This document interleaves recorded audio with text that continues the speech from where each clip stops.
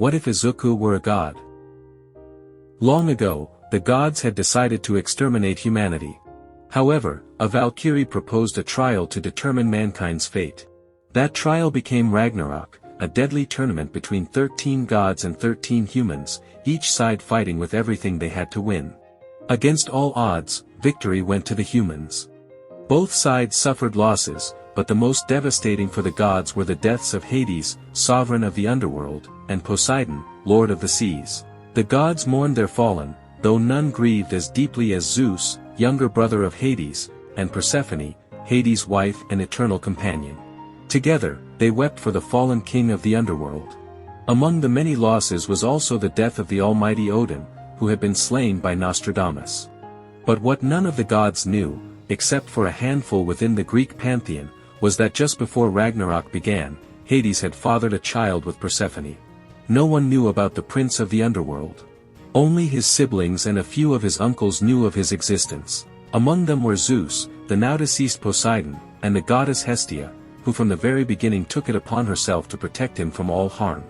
Alongside Persephone, she raised him in secret, shielding him from the world and the dark legacy that flowed through his veins, holding on to the hope that his soul would never be tainted by the selfish heart so common among the gods. The boy's name was Izuku, and his hair was as white as snow, a clear resemblance to both his parents. Izuku was the very image of his father, and when he learned that Hades had been killed by a human, he was devastated. He had not only lost his father, but also his uncle Poseidon. For a long time, Izuku remained in his room in the palace of Helheim, mourning their deaths. Something only his uncles, his mother, and his father had known was that Poseidon, unlike many other gods, never treated Izuku with arrogance or coldness. He saw him as an equal. Many times, he was seen smiling at the boy, patiently teaching him his most prized techniques, as if he saw in Izuku something the rest of Olympus couldn't understand. One night, 6-year-old Izuku was walking down the stairs of the underworld palace when he found his mother quietly sobbing in front of the fireplace. He tried to return to his room, but Persephone felt his presence. She quickly wiped away her tears. "Izuku," she murmured softly, seeing the small white-haired boy standing there, clutching his Cerberus plush. "You should be asleep." "I was thirsty," he replied, hugging the toy even tighter, the one his father had given him. Persephone let out a soft sigh and offered him a warm smile, the kind only a mother knows how to give. "Well, come here." She opened her arms to him. Izuku gently set his plush on the staircase and approached his mother. She held him tenderly and sat him on her lap. Together, they sat in silence, watching the flames dance in the fireplace. Several minutes passed before the little voice broke the silence again. "Mom," he whispered, waiting for her to look at him. When their eyes met, Izuku looked away, and his voice trembled, heavy with a sorrow too deep for his age. "Are you going to get me a new dad?" The question hit Persephone like a sudden bolt of lightning, leaving her speechless, as if time itself had stopped. Her expression tensed for a moment, caught between pain and surprise, and then it softened into a nostalgic smile. She kissed her son's forehead and held him close. "I don't want anyone else." She pulled back slightly to meet his gaze. "Your father was the only man for me. He was the love of my life, and no one in all existence could ever replace him." She paused before continuing, her voice calm but filled with a deep, unmistakable affection. "But with love comes loss, my son, it's part of the deal. Sometimes it hurts," she sighed, looking at him tenderly, "but in the end, it's always worth it." She held his gaze for a few seconds more, gently brushing his cheek with her hand. "There is no greater gift than love." The years passed, and the little boy grew, not only in stature but in power. He inherited his father's abilities and mastered the techniques his uncle had once taught him. With Zeus's support, Persephone crowned him the new king of the underworld. At 16, Izuku ruled the realm of the dead, just as his father had before him. During his youth, he dedicated himself to reconstructing his father's weapon. With great effort, dedication, and a little help from Hephaestus, he successfully reforged Hades' bident. He even integrated the decorative crest of Poseidon's trident, to honor both his father and his uncle. Wherever he went, they would be with him. Zeus crossed his arms, watching the young man seriously, though his eyes reflected more than authority, they showed deep respect for the man his nephew had become. He was aware of his flaws, but also of the hope he placed in him, the belief that the new generation could rise above the failures of those before them. Listen, Izuku. As the new king of the underworld, your duty is to make sure all mortal souls reach this realm. Only then can they be judged, and it can be decided whether they stay, or go to paradise. Izuku nodded, meeting his gaze without hesitation. I will, Uncle Zeus.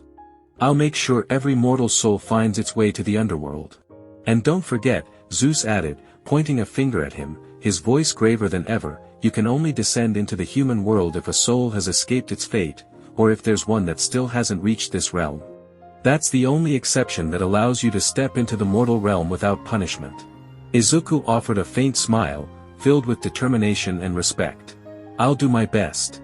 You'll be proud, Uncle Zeus.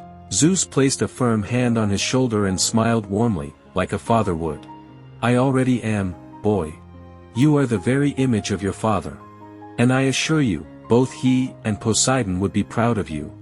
A silent tear rolled down Izuku's cheek as he looked away for a moment. Thank you, Uncle Zeus.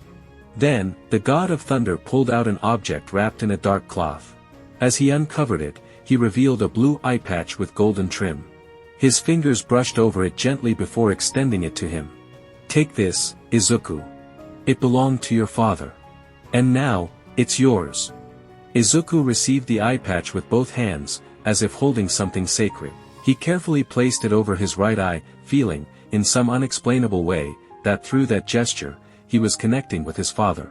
Thank you, Uncle Zeus. I promise I'll do my best, as the new king of the underworld.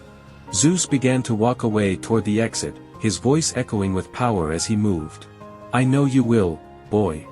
And you don't have to be like Hades. He paused for a brief moment and turned his head slightly. You have to be better. That's what he would have told you. With those words, Zeus vanished, leaving Izuku in silence. The young lord of the dead took a deep breath as the shadows of the underworld wrapped around him. The legacy of the new king of the underworld had begun. Months passed, and during that time, Izuku fulfilled his duties as ruler of the underworld. Souls arrived, judgment was passed, and balance was maintained. Everything was as it should be. And yet, something felt wrong. A lingering sensation pressed heavily against his chest, as if the realm of the dead was somehow incomplete. That formless, nameless discomfort followed him through every judgment, every calm night, and every sunrise. His thoughts were abruptly interrupted by a loud crash. A skeleton clad in armor came rushing into the throne room, immediately falling to its knees and bowing its head in respect. My lord. Lord Sharon requests an audience. He says it's urgent. Izuku stood up, his expression serious. That feeling. It had to be connected to what was coming. Let him in. The skeleton nodded and stepped aside. From the entrance emerged an old man cloaked in a black robe adorned with 3 hanging heads. His long white hair brushed against his back, and a golden mask hovered just before his face, never quite touching it. Sharon bowed deeply. It is an honor to see you, Izuku-sama. Likewise, Sharon. What is it you needed to tell me? I was told it was urgent. The old man slowly raised his head, his eyes reflecting a gravity that was impossible to ignore. As you know, I am the one who ferries souls across the river Styx, guiding them to their eternal rest. I know. So. Sharon lowered his voice, as though the words weighed too heavily to speak aloud. 8 souls have not arrived at the Styx, my lord. 7 of them should have crossed years ago. Izuku narrowed his eyes, startled. And the 8th? That soul. Sharon said slowly, should have arrived more than 200 years ago. But it still lives. It remains in the human world. Izuku stood silent for a moment, processing the weight of what he had just heard. It was rare for souls to go missing, and even rarer for one to avoid death for centuries. He stepped forward, and the entire realm of shadows trembled slightly, as if responding to his presence. Before him, the weapon embedded in the ground gleamed intensely. He stared at it, and with renewed resolve, lifted it. It was his bident, the symbol of his divine authority. It was time to restore balance. Isn't it obvious what must be done? He murmured coldly, turning to Sharon. If those souls refuse to come here, his power began to surge, dark energy thickening the air around him. Then I will bring them myself. And if anyone stands in my way, I will destroy them. Are you sure you wish to depart, my lord? Yes. Besides. Izuku paused, glancing over his shoulder with a flicker of curiosity in his eyes. I want to see something for myself. See what? Sharon asked, puzzled. I want to see humans. I want to know if they are as my uncles and my mother described them. Before I go, Sharon, his voice turned sharp, what is the name of the human who escaped his fate? I do not know his true name, my lord. But in the human world, he is known as All for One. Izuku froze. He raised an eyebrow and exhaled, mildly surprised at the lack of creativity in human names. Still, he mused, he wasn't in a position to judge, considering some of his own relatives had equally strange names. I see. It's an interesting name, was all he said. He spun his bident firmly, and the ground beneath him ignited with black flames. I don't know when I'll return, but while I'm gone, my mother will oversee the underworld. With a powerful slam, his weapon struck the ground. The flames encircled him, and his figure disappeared into the darkness of the underworld. Sharon, silent, gave a deep and respectful bow. Good luck, my lord. In a forest just outside the city of Mizutafu, a figure emerged wrapped in black flames that crackled like living shadows before slowly vanishing. When the fire faded, it revealed Izuku's solemn face. His eyes, fixed on the horizon, glowed with an intensity that seemed to pierce through reality itself. So this is where the souls who never reached the underworld ended up, he murmured, eyes locked on the city ahead. 8 in total. 7 who died long ago and were never judged, and 1 who has lived far past his time. All of them dodging their fate. And I will make sure they reach where they belong. He began walking toward the city, gliding through the shadows with supernatural silence. He scaled the sides of the buildings with ease until he reached one tall enough to give him a clear view of everything below. Sitting on the edge, he let the wind move his cloak. Let's see how far humans have come, he thought, scanning the scene below. Beneath him, the streets were bustling with life. People of all kinds walked by. Some looked normal, while others bore animal features or strange mutations. A man with a long, wet tongue, green skin, and bulging eyes passed a woman whose arms shimmered with multicolored scales. Izuku squinted slightly, genuinely intrigued. Well, they've definitely evolved. Surprise blended with curiosity. How did they gain those abilities? Were they born like that? Is it a gift? Or a curse? I suppose I'll need to get closer to understand. Just as he was about to stand, his eyes drifted to his bident. What am I supposed to do with this? He muttered, frustration creeping into his voice. I can't walk around carrying this thing. The last thing I want is to draw attention from humans. He paused, lips pressed into a line, then clicked his tongue with reluctant resolve. I've never done this because I never needed to, he admitted, as a dark spark flickered in his palm. But I guess I don't have many options now. He stretched out his hand and cloaked the bident in black flames. Slowly, the weapon began to shift under the influence of the fire. Within seconds, the once imposing weapon had transformed into a black staff, topped with a skull. If Aunt Hestia's description was right, this should resemble Beelzebub's staff from the Battle of Ragnarok, he muttered, studying his new weapon with a hint of approval. Alright then. Time to explore this city and find that human and those souls. Without wasting another moment, he descended from the rooftop unnoticed, gliding through the shadows with the ease of someone who didn't belong to that world. Though he aimed to stay hidden, his ancient, dark attire drew more attention than he had hoped for, especially from the women, who couldn't help but stare with interest and curiosity. As he walked through the city, Izuku took in everything around him with wonder. The place seemed peaceful, though the fashion choices puzzled him. His eyes landed on a man dressed like a modern cowboy, with a mask covering part of his face. What are these humans wearing? Izuku wondered, staring at the man. That outfit is pathetic. Suddenly, the man turned into an alleyway. Izuku, intrigued, followed silently with calm steps. He slipped behind a wall, peeking just enough to see what was happening. 3 men stood there, each with tense, hostile expressions. One of them, clearly the leader, spoke with disdain. You got what we agreed on. Because if not, you're gonna pay for it, hero. The man they were addressing let out a rough laugh and replied with disinterest. Yeah, I've got the money. Honestly, I wouldn't even be doing this job if it didn't pay so well. From the shadows, Izuku frowned. What's going on? That filth thinks he's a hero. Disgusting. The first man snapped his fingers, and a bruised woman was dragged into the alley by his companion. This is what we promised. Do whatever you want with her. The so-called hero rubbed his hands together with a twisted smile. Heh. Perfect. I'm gonna have a lot of fun with her. Izuku didn't need to hear another word. He stepped forward from the darkness, eyes glowing like green embers. That's not going to happen. His voice was calm, but each word carried a quiet, undeniable threat. One of the men furrowed his brow, confused by the sudden interruption. Who the hell is this guy? The fake hero scoffed and looked at Izuku with arrogance. Get lost, kid. This has nothing to do with you. Izuku's gaze turned cold. His eyes glowed with a sickly blue light as his fingers tightened around the skull-topped staff. The dim light in the alley began to flicker and die. One by one, the street lamps shattered, plunging the alley into a thick, suffocating darkness. None of them wanted to admit it, but fear had already taken hold. Some felt a chill creep down their spines, others just trembled uncontrollably. For your actions, your souls will be sent to the underworld, where you will be punished for all eternity. His voice was as merciless as death itself. The fake hero, shaking with rage, could no longer hold back and growled through clenched teeth. You little bastard, shut your mouth. Without warning, his arm morphed into metal and lunged forward with explosive force.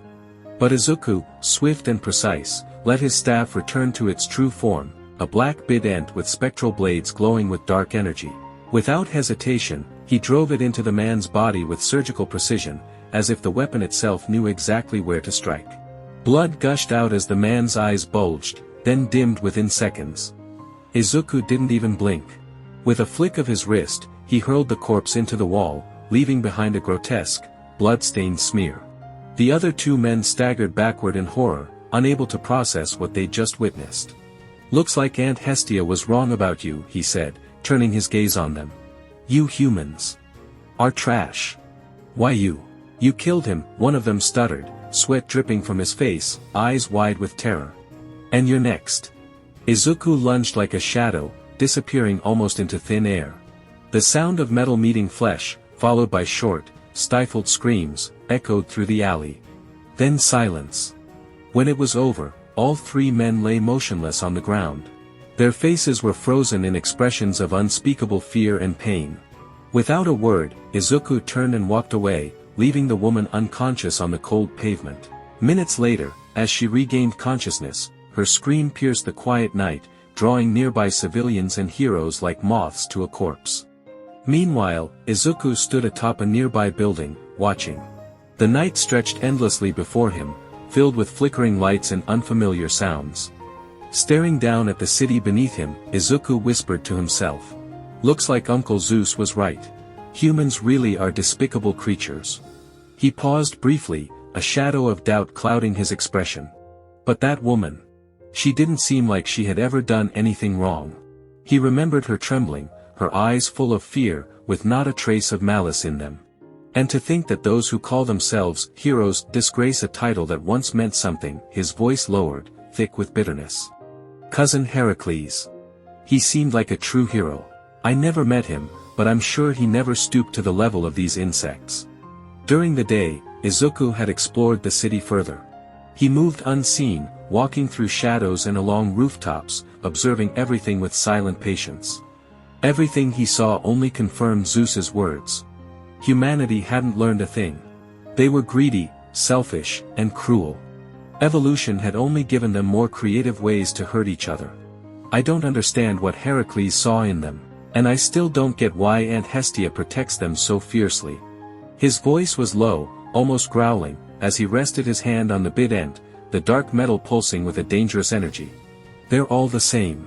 I've already eliminated several for their vile crimes. And I won't stop until I have all 8 souls. His eyes glowed with a grim, unshakable resolve. Without another word, he launched forward, his figure slicing through the night with silent speed. I will destroy anyone who refuses to repent, he murmured, his voice icy, at odds with the violence surrounding him. The glow in his eyes intensified, becoming something palpable, something dangerous. I'm coming for you. All for one. 9 months had passed since Izuku descended into the mortal world. And still, the balance had not been restored. In that time, his existence had become a myth. He didn't appear in the media. He left no messages. But his presence was felt in every corner of Japan. Heroes and villains alike spoke of him with a fear that could not be hidden. They called him an anti-hero, but that term barely scratched the surface. He was something more. He was judgment. He was punishment. He was a god, a being who walked among mortals not to save them, but to impose his will upon them. Every action he took, every decision he made, carried the weight of divinity. His justice was absolute, and those who stood in his way quickly learned that mercy was not in his nature. All who fought him ended up dead. The few villains who survived turned themselves in at Tartarus. The heroes, if they lived, abandoned their roles. Because facing him meant staring death in the face, and not everyone had the strength to do that. Rumors spread. They said quirks and weapons didn't affect him, that he didn't bleed, that he couldn't feel pain, that he walked through fire like it was air. To many, he wasn't human at all. He was a living curse. And he only hunted the false heroes, the ones who had forgotten what it truly meant to save. Now, in a cold interrogation room, Detective Naomasa Tsukachi flipped through a few documents while watching the trembling man across from him. This was the 10th villain to surrender. The 10th since that being started moving through the shadows. "Alright," he said calmly, "you're the 20th villain to turn yourself in." The man lifted his head, his movements slow and unsteady. His lips trembled. 20, he whispered. In the last 9 months, since that vigilante appeared, Tsukachi continued in a composed tone, only 20 villains have surrendered. You're the most recent. Now tell me. What do you know about him? Silence filled the room. The villain began to shake, hugging his knees so tightly his knuckles turned white. And no. I don't want to remember. Can you at least tell me his name? What does he call himself? The villain swallowed hard. Cold sweat rolled down his face. He clenched his jaw, like saying the name might summon the demon who had spared his life only to haunt him in his dreams. He calls himself Hades. What can you tell me about his quirk? Tsukachi's voice remained calm, but his eyes never left the man, watching every flinch, every hesitation. He needed to know everything about this so-called Hades, a presence that was becoming harder to dismiss. The man hesitated. His breathing quickened, his eyes searching for an invisible escape from the closed room. Nothing, he whispered, his voice shattered. He only used a staff with a skull on it, but before everything turned into chaos and my teammates were slaughtered. I saw it change. It turned into something like a spear. His voice cracked at the end, as if even remembering dragged him back into that nightmare. Tsukachi jotted down quick notes in his notebook. All right. Thank you for cooperating. Because of your help, your sentence will be reduced. But before he could finish his sentence, the villain lunged forward, hands on the table, eyes wide with a desperate plea that sucked all warmth out of the room. No, please.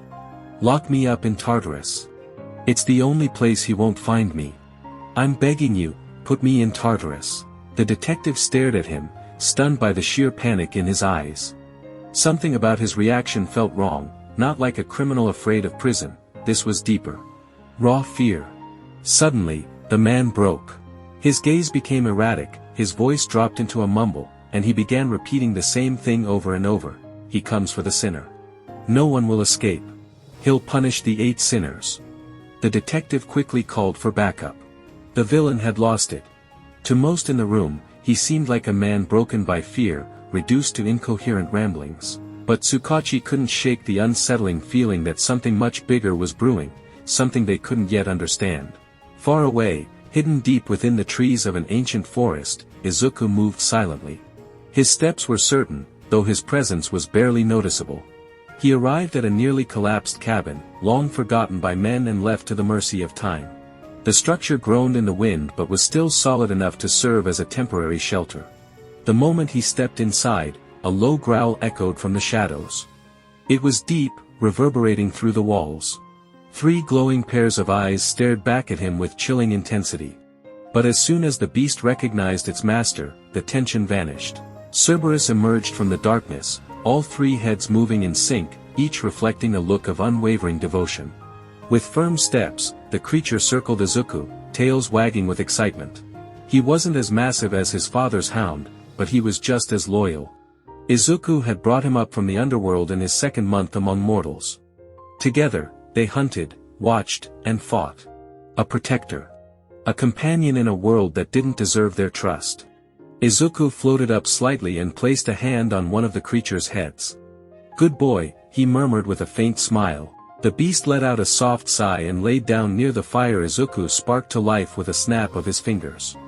The watchful god stared through a shattered window, but his mind was far from the forest, focused solely on one thing. All for one. That was his true goal. Everything else was just rubble along the way. He dropped into a worn-out chair in the old living room. The padding was almost gone, but it still served its purpose. Cerberus curled beside him again, letting out a content breath. 9 months in this world.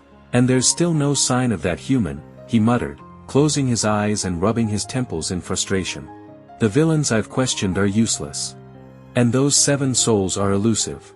I can feel them sometimes, but then they vanish.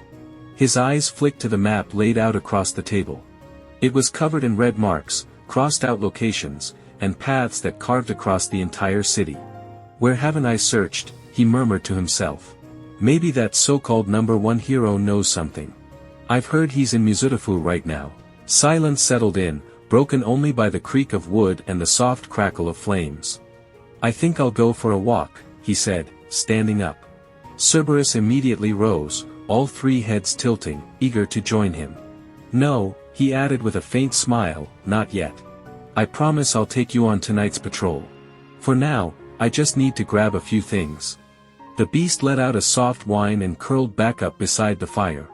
Izuku grabbed his staff, pulled up his hood, and disappeared into the shadows, heading for the city.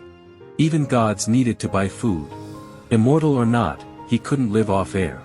That's why he hadn't built some flashy mansion in the middle of the woods. It would have drawn too much attention, especially from heroes. And most of them had already earned his contempt. As he wandered quietly through the city, a question kept circling his mind: where is that man hiding? Where are those lost souls? After finishing his shopping, he started heading back to the hidden cabin, but something stopped him. 5 figures were dragging a girl into an alley. At first, he didn't move. It wasn't his problem. It wasn't his business. But then he heard her screams, loud, terrified, desperate. And not a single hero moved. Not one dared intervene. That was the last straw. These heroes were worthless. Without hesitation, Izuku turned and headed straight for the alley, slipping into the shadows as he approached. Inside, the 5 men had surrounded a young woman with black hair. Their hungry stares and twisted smiles made their intentions clear. From the darkness, Izuku watched them with pure disgust. One of them stepped forward, licking his lips, voice thick with perversion. "All right, let's have some fun with this beauty."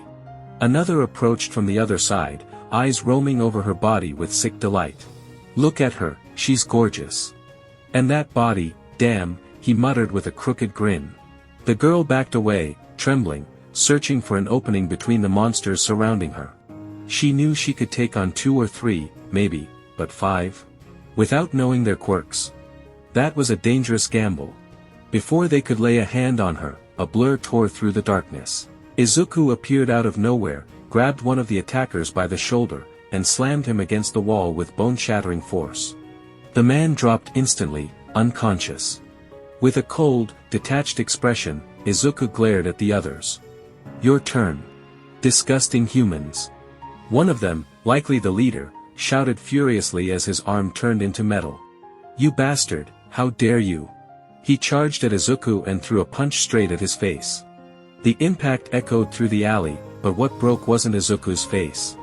It was the attacker's hand. "Ah!" The scream of pain filled the alley as the boy collapsed, clutching his now fractured and twisted hand. Shards of metal and blood scattered across the ground. Izuku stared at him without blinking. He wasn't surprised. "That was your best shot. What a disappointment." He began walking slowly toward them, his voice cold and final. "Looking at you all, I realize something. You're nothing but trash to me." His eyes scanned each of them. "Well, are you going to fight, or just stand there like idiots?" One of them reacted, firing a bolt of electricity with all his strength. Izuku raised a hand and caught it effortlessly, absorbing the energy without flinching. Uncle Zeus's lightning is stronger. This is just a pathetic imitation. In a blink, Izuku was in front of the attacker. He grabbed his head with one hand and slammed it into the ground with such force that the boy blacked out instantly, not even able to scream. "You bastard," another roared, launching a wave of fire. Izuku casually swept it aside with a flick of his arm, like brushing away a leaf. The blast veered off course and hit one of the other boys square in the face. He dropped like a puppet with its strings cut. Izuku slowly turned to the last one still standing. "You call that fire?" In another blink, he had the boy by the face. "Let me show you what real flames feel like." From Izuku's palm, black fire began to pour out, wrapping around the boy's head. He screamed, not in pain, but in pure terror. The kind of scream that comes from the soul. When he fell, it wasn't from the fire. It was because there was no will left in his body. His soul was simply gone. Only one remained, trembling, frozen in place, staring at the wreckage of his friends like a deer caught in headlights. "PP please. Don't kill me. I didn't do anything, they dragged me here, I didn't want to," he stammered, backing up until he hit a cold, filthy wall. Izuku approached him slowly, every step like the ticking of a clock counting down to judgment. His eyes glowed with a frigid light, and the boy could feel death approaching. "You didn't want to," Izuku muttered, disdain heavy in his voice. "Then why didn't you stop them? Why didn't you help her? You just stood there. Coward." He raised his staff, the one adorned with a skull, and it began to shift, elongating into a spear as dark as the void. The boy screamed and shut his eyes, waiting for the final blow. But it never came. The divine weapon struck the ground beside him with a deep metallic clang. "Run. And never raise a hand against anyone again. Next time. I won't be merciful. Spread my words to the rest of your kind, and tell them Hades, king of the underworld, punishes sin." The boy collapsed to his knees, sobbing, before scrambling out of the alley as if the fires of hell were on his heels. And maybe they were. Izuku returned his weapon to its staff form, then turned to face the girl, still huddled against the wall. Her wide eyes were shaking, unsure whether to fear him too. Everything had happened so fast she hadn't even caught all his words. "I won't hurt you," he said softly, almost a whisper. "You're safe now." "Why yes. Thank you so much," she replied, her voice barely above a whisper. Izuku stepped closer, his presence overwhelming the small space. The girl instinctively stepped back, but he spoke again with that unnerving calm. "A lady shouldn't be on the ground. Allow me to help you." His tone was gentle, timeless.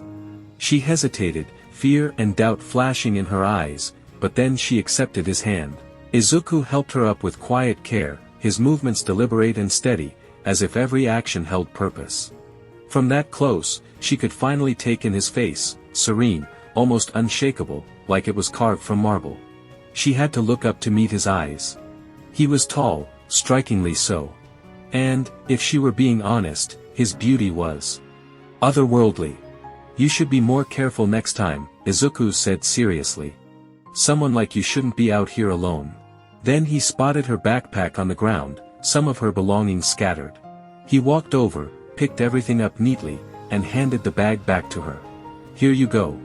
And once again, be careful." He took a few steps toward the alley's exit. "I hope to see you again. Miss Yaoyorozu." She froze. Hearing her name like that stunned her. 1 second passed, then another. And as her mind caught up, she ran after him. "Hey," she called out.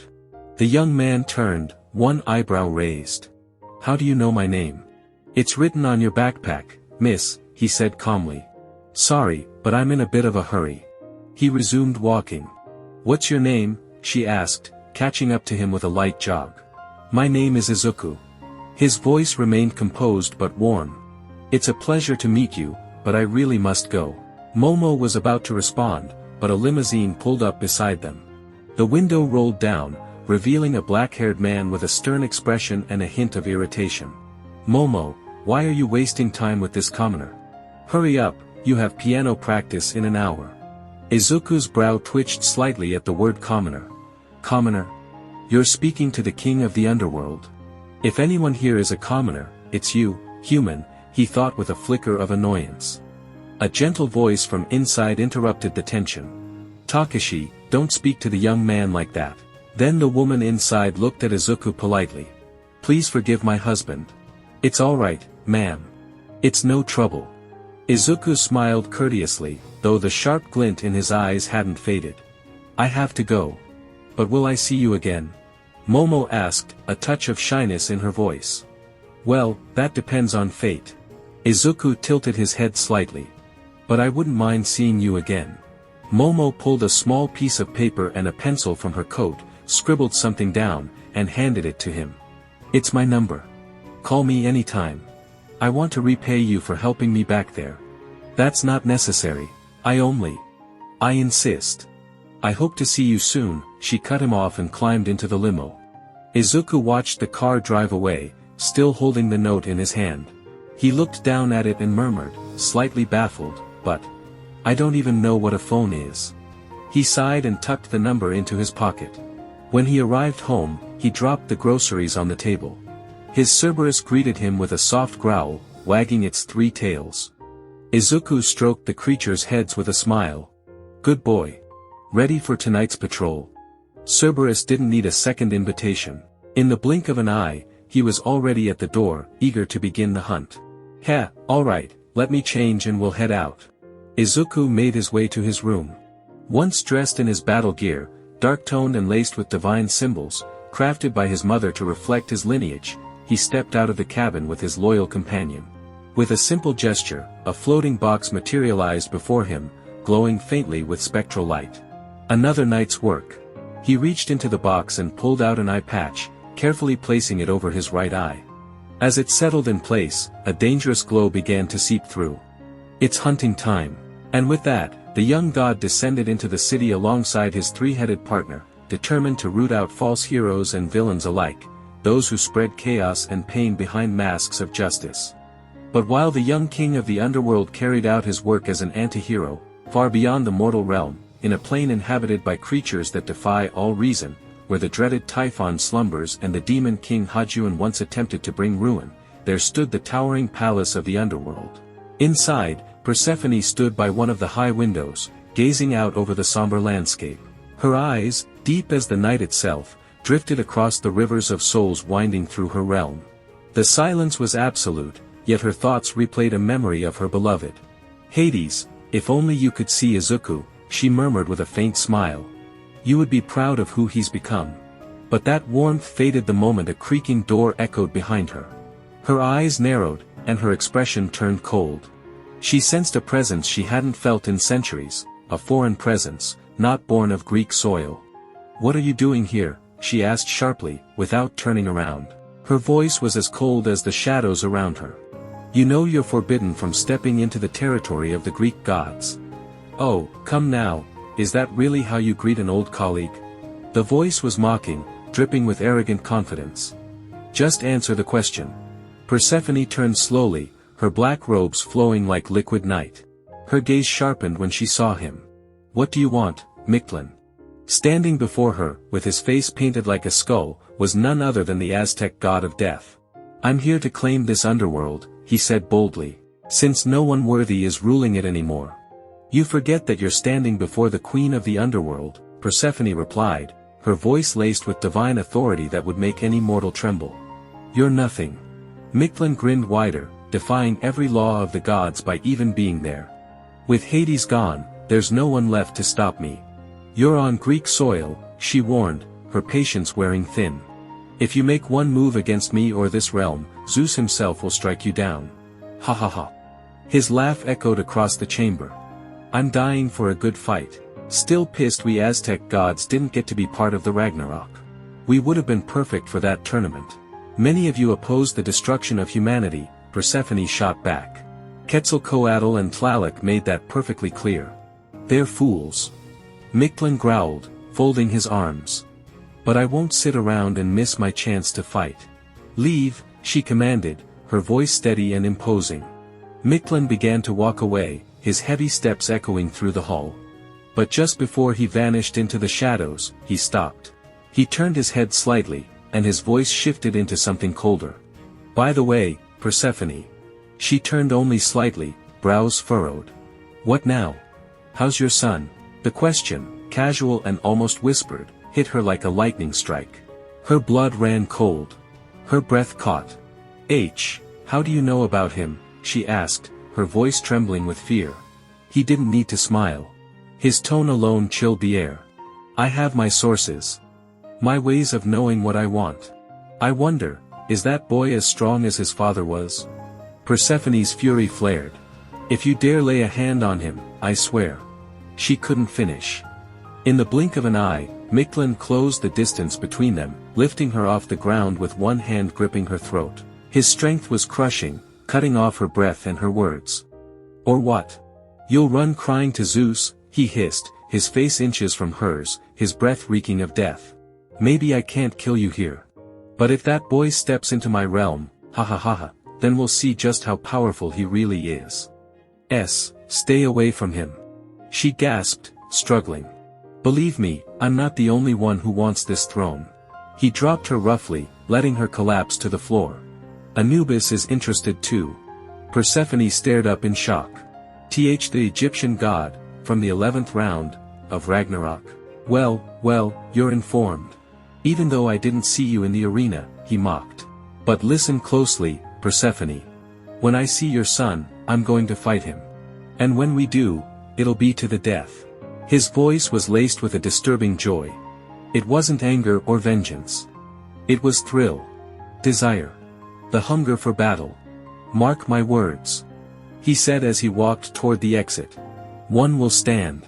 The other will fall." And with that, he vanished into the shadows, as if he had never been there. But the echo of his threat remained, lingering like a storm on the horizon. Persephone stayed on the floor, frozen by a whirlwind of emotions, rage, helplessness, dread, but above all, fear. Fear that her son would one day face that monster. Izuku was strong. He was the son of Hades and hers. But Mictlan wasn't just some opponent. He didn't fight fair. He wasn't bound by morality. And worst of all, he would exploit any weakness. He fought for domination. For conquest. And Izuku, still only 16, was at a devastating disadvantage. "What am I supposed to do now?" she whispered, her voice breaking, eyes welling with worry. "Izuku's in danger, and I don't know how to protect him." She looked up, as if hoping for a sign, an answer, a familiar presence. "Hades, my love, what would you do if you were here?" But silence was the only reply. Hades was gone. Back in the world of the living, beneath a sky stained with red and blue lights, a young god carried out his own brand of judgment. Izuku landed gracefully on the rooftop of a building, the shadows of his cloak dancing with the wind. Cerberus, powerful and alert, stood beside him. Below, lifeless bodies were strewn across the streets, villains, false heroes, the ones who wore justice as a mask while selling their souls for power or wealth. He didn't kill without reason. He questioned them first. Gave them a chance, a confession, a chance to change. But most lied.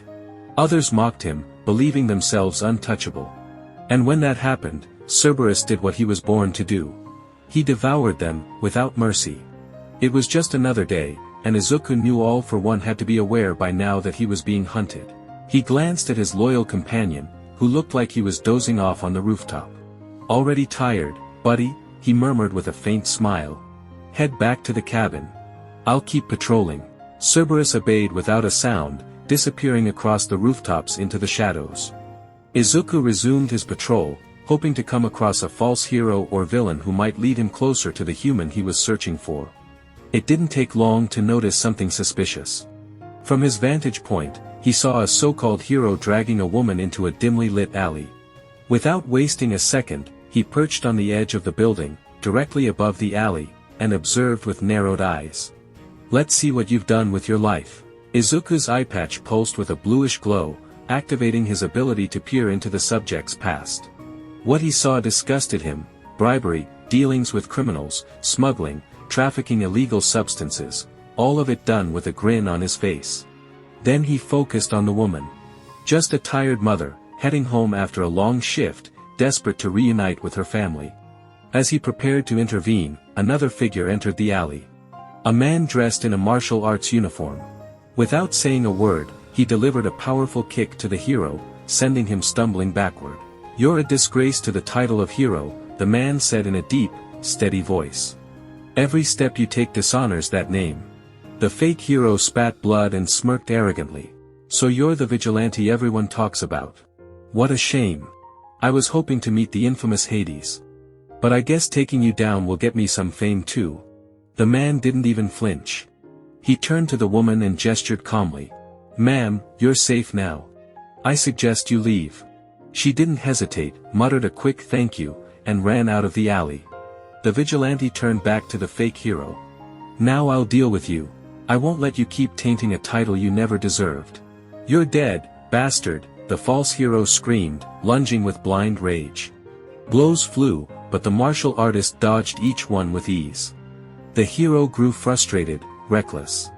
That's when the vigilante struck back, a solid kick to the ribs, followed by a flurry of punches to the face and torso, ending with a devastating kick that slammed him to the ground. "You're a disgrace. A stain on everything heroes should stand for," he said coldly, turning away. The silence lasted only seconds. The hero staggered to his feet and roared, lunging to strike from behind. But his cry turned to a scream of agony. His arm hit the ground, severed cleanly. "What the hell?" the vigilante muttered, turning with wide eyes. "Another worthless soul," Izuku said quietly from the shadows, his gaze locked on the fake hero. "Your soul will suffer in the underworld for eternity." Black fire swirled in his hand. Without hesitation, he placed his palm over the man's face. The scream that followed was not human. 2 minutes of pure agony. Then, nothing. Not even ashes remained. A heavy silence lingered. Izuku turned to the vigilante. "I have to admit, you're impressive. Most people look the other way when things like that happen." "Why did you kill him?" the man asked, calm but clearly curious. "That man didn't deserve to keep living. Not after everything he did." The vigilante nodded slowly. "I see. So that's your kind of justice. Who are you?" Izuku asked, genuinely interested. "Oh, right, sorry," the man said, clapping a fist into his open palm in a respectful gesture. "Name's Daniel Thomas. People on the streets call me Iron Fist. Pleasure to meet you. I'm guessing you're the anti-hero, Hades, right?" "That's right. But tell me, how do you know about me?" "You've been making waves lately," Daniel replied, crossing his arms. "Heroes and villains alike are afraid of you. Some even compare you to Stain, though honestly, I didn't expect you to be this young." "And you? Aren't you a hero?" Izuku asked, watching the man's calm movements. "No," Daniel said without hesitation. "These days, heroes don't really help people anymore. I'd rather be a vigilante. There aren't many like you or me, and that's partly because of those fakes." Izuku nodded in silence. "I see. So," Daniel asked suddenly, genuinely curious, "why did you become an anti-hero?" Izuku lowered his gaze. "Because the people who call themselves heroes have tainted that title. But, there was one person I knew who truly embodied what a hero should be." "What happened to them?" "They died. That was all," he said. "I thought others would honor that title in their memory. Instead, they dishonored it with their actions." "I understand," Daniel said quietly, his tone heavy with respect. "Also," Izuku added, lifting his gaze, "I'm looking for someone." "Who? Have you ever heard of someone called All for One?" Daniel shook his head. "No, sorry. Never heard the name. Thanks anyway. You're a good man, Daniel. You too, Hades. Well, I should get going." He turned and began walking away, but before vanishing into the alley's shadows, he raised a hand. "If you ever need a hand, I'll be there." Izuku watched him leave with a faint smile. Maybe, not all humans are as bad as they seem. With that, he turned and continued walking through the streets. There was still far too much human garbage to clean up. Another day came. Izuku found himself wandering the city until he stopped in front of an electronics store. Something on the display caught his attention, a news report about him, the Vigilante. The past few days have seen a number of villains found dead, allegedly taken down by the Vigilante Hades. Several heroes have also turned up dead. Since his appearance, Heroes have gone to extreme lengths trying to capture him. Next, we bring you interviews with witnesses of his actions, although they're few, the reporter announced. Izuku stood still, eyes locked on the screen. So, there are witnesses. I'll have to be more careful, he thought, his gaze narrowing. The reporter turned to a man with black hair. Tell us, what do you think about the new vigilante? I don't care what the heroes think. Villains keep killing people. That guy's delivering real justice, the man answered firmly. The camera cut to another man, brown-haired with a beard. He's the real deal, the man said. He knows most villains won't change just because you toss them in jail. He's got the balls to do what needs to be done. The interviews kept coming. Some praised him, some condemned him, but Izuku didn't listen to the negatives. With a neutral expression, he began to walk away from the store. Then something stopped him. The voice of a child. He saved my parents, exclaimed a young boy with black hair, wearing a red cap with yellow spikes. Izuku turned back to the screen, listening closely to what the boy was saying. That man's a real hero. He saved my parents from a villain and made him run away after hurting his eye. That guy's amazing, the boy shouted at the top of his lungs. A small smile tugged at Izuku's lips. The young god was reminded of how his uncle Poseidon used to tell him stories of how humans once worshipped the gods. Who would have thought a kid would admire me, he murmured to himself. I guess children are the only ones truly worth saving. The rest of humanity is just selfish and rotten. He kept walking through the city, drawing the attention of several women and girls who openly stared at him, much to his discomfort. I get it from the younger ones, but the older ones? They're more desperate than Aphrodite, he thought, a chill running down his spine. He still remembered the day that insane goddess tried to spy on him while he was bathing. Thankfully, his mother and grandmother had been there that day. Another shiver crawled up his back. Just imagining what would have happened if he'd been alone made his stomach twist. That lunatic would've, never mind. I don't even want to think about it. Lost in thought, he wandered the streets, wondering if he'd ever find the human and the souls he'd been searching for. I've been in the human world for months, and still nothing. It's been almost 10 months and I haven't found a single trace, he thought, frustration boiling inside him. He kept walking, but suddenly stopped. His eyes widened. Something felt off. He turned sharply to his left. The souls. I finally found them. Dark flames briefly enveloped his body. In the blink of an eye, he reappeared atop a tall building, already transformed into his vigilante form, his all-seeing patch glowing faintly. He scanned the area from above, searching for the source of the souls he sensed. That's when a nearby explosion broke the silence. He hadn't planned to get involved, but something about it felt important, like the souls were there. He had to investigate. When he reached the site of the explosion, crowds of people and so-called heroes filled the area. His annoyance deepened as he observed their usual recklessness. Stupid humans. Instead of getting to safety, they stand around waiting to be rescued by these heroes. His eyes narrowed toward the chaos.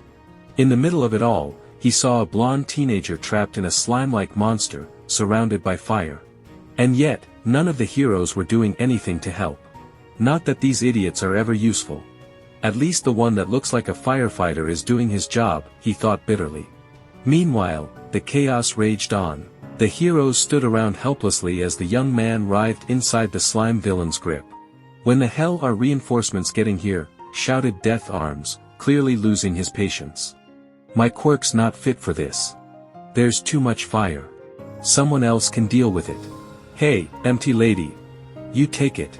Kamui Wood said, frustration and helplessness playing on his face. I can't. There's barely any room. Empty lady replied, visibly flustered. Then we just wait for backup. Kamui Woods folded his arms, resigned. From the rooftop, the king of the underworld watched them with increasing disgust. He didn't see heroes. He saw clowns pretending to wear capes. Pathetic. Guess I'll have to do their damn job, he muttered, before leaping from the building and landing behind the villain. Come on, kid. Stop moving so much. I just want to take over your body, the slime villain snarled, manipulating the blonde boy's limbs to generate explosions, too distracted to notice Izuku approaching. Hey, idiot. Izuku called out. You've got 3 seconds to let him go. But since I'm a generous god, I'll give you 10. The villain turned, sneering arrogantly. Ha! You! A god? That's rich. Nice little toy you've got there. Now it's mine, he roared, forcing the boy's hand to release a powerful blast that hit Izuku head-on.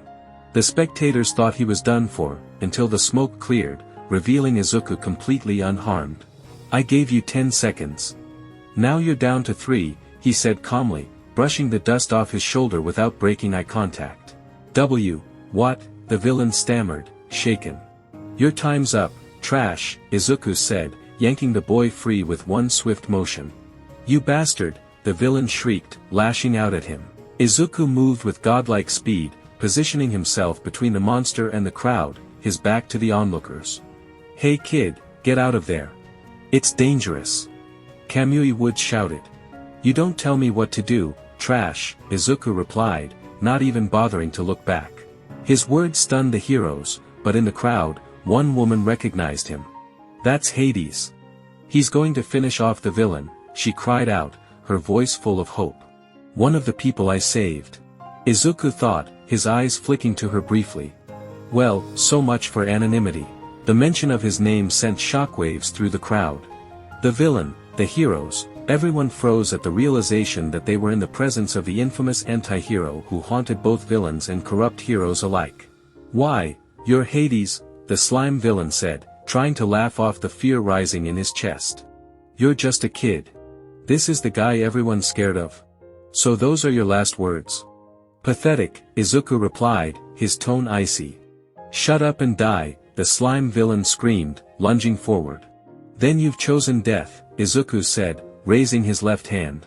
The villain struck, but Izuku met the blow with dark flames. At first, it seemed the fire had no effect, until the villain noticed something. Ha! This is the guy terrorizing villains. He's just a, wait, what the hell? He stared at his arm, watching as it began to bubble and burn. What's wrong? Didn't you say I was just a kid? Izuku asked, his flames intensifying. The villain's arm melted away as he howled in pain, struggling to escape. But Izuku didn't let up. How pitiful. Izuku muttered, before raising the fire's intensity again, until the villain's arm exploded. Stumbling back, the slime creature's expression turned from arrogant to terrified, desperately trying to regenerate. What happened to all that confidence? Izuku asked, slowly stepping forward. Stay away from me, the villain cried, panic taking over. Don't worry, this won't kill you. I'm just stripping off that disgusting sludge you call a body, Izuku replied, gripping his V-dent and shifting into a battle stance, legs bent, arm pulled back. Damn brat. The villain muttered, but before he could react, Izuku launched forward. Persephone, Stormbreaker. Izuku roared, driving his attack straight toward the heart of the monster. Izuku's bident struck the villain's sludge-covered body, triggering a massive shockwave that shattered every nearby window and scarred the buildings around them. The sheer force of the blast swept everyone off their feet, heroes and civilians alike. What is this? Shouted Empilady, trying to shield herself as civilians clung to anything that might keep them grounded. From a distance, a tired-eyed blonde man stood frozen, watching the scene unfold with undisguised awe. This is just like my one for all at 100%. No, it might even be way beyond that, he murmured, unable to take his eyes off the power Izuku had just unleashed. As the blast finally died down, the villain's body dissolved into a puddle of sludge, revealing a brown-haired man in blue jeans and a white tank top. Izuku stepped forward, standing tall as he approached the trembling man. Makoto Omori, he said, his voice cold and unfeeling. The man looked up, terrified. How do you know my name? Stammered Makoto, stumbling backward as his body shook with fear. I know many things, Izuku replied flatly. I know all of your crimes and sins. And you will pay for every last one of them. His eye patch shimmered faintly as he spoke. Death arms moved forward, flanked by several other heroes. All right, kid, back off.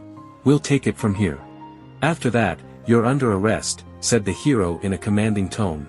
Before anyone could take another step, Izuku's arm shot forward, and he punched Death Arm square in the chest, sending him flying at an unnatural speed.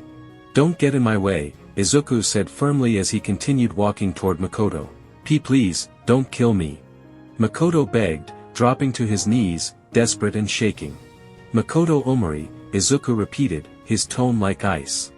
"Guilty of theft, murder, the rape of women and children, identity theft, and the desecration of corpses.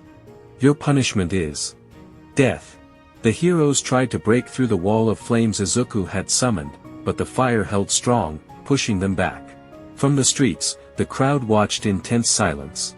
Some nodded in grim approval, others recoiled in visible dismay. Please. Don't kill me. Have mercy." Makoto sobbed, clinging to whatever hope he had left, tears streaming down his face. "Mercy?" Izuku scoffed. "You're asking for mercy. You don't deserve it. But you wouldn't kill a human being, right?" Makoto pleaded, his voice cracking under the weight of fear. "A flea has more humanity than you," Izuku replied coldly. He raised his bident. With a precise thrust, he drove the weapon through Makoto's skull, severing his head from his body. The corpse slumped to the ground. "No!" shouted Kamui Woods, powerless to do anything as the brutal execution unfolded before him. The flames finally vanished, and the heroes rushed to surround Izuku, their expressions a mix of anger and shock. "Kid, do you even realize what you just did?" roared Death Arms, stumbling, still shaken from Izuku's earlier blow. Kamui Woods stood silently, tension brimming in his shoulders. His eyes stayed locked on Izuku, analyzing everything, his posture, his breathing, the cold glint in his eyes. "You didn't just interfere in a hero operation. You murdered a villain," Kamui Woods said, his voice sharp. "And who are you to lecture me?" Izuku shot back, his voice cutting through the air like a blade. "You stood there doing nothing while that man was suffocating."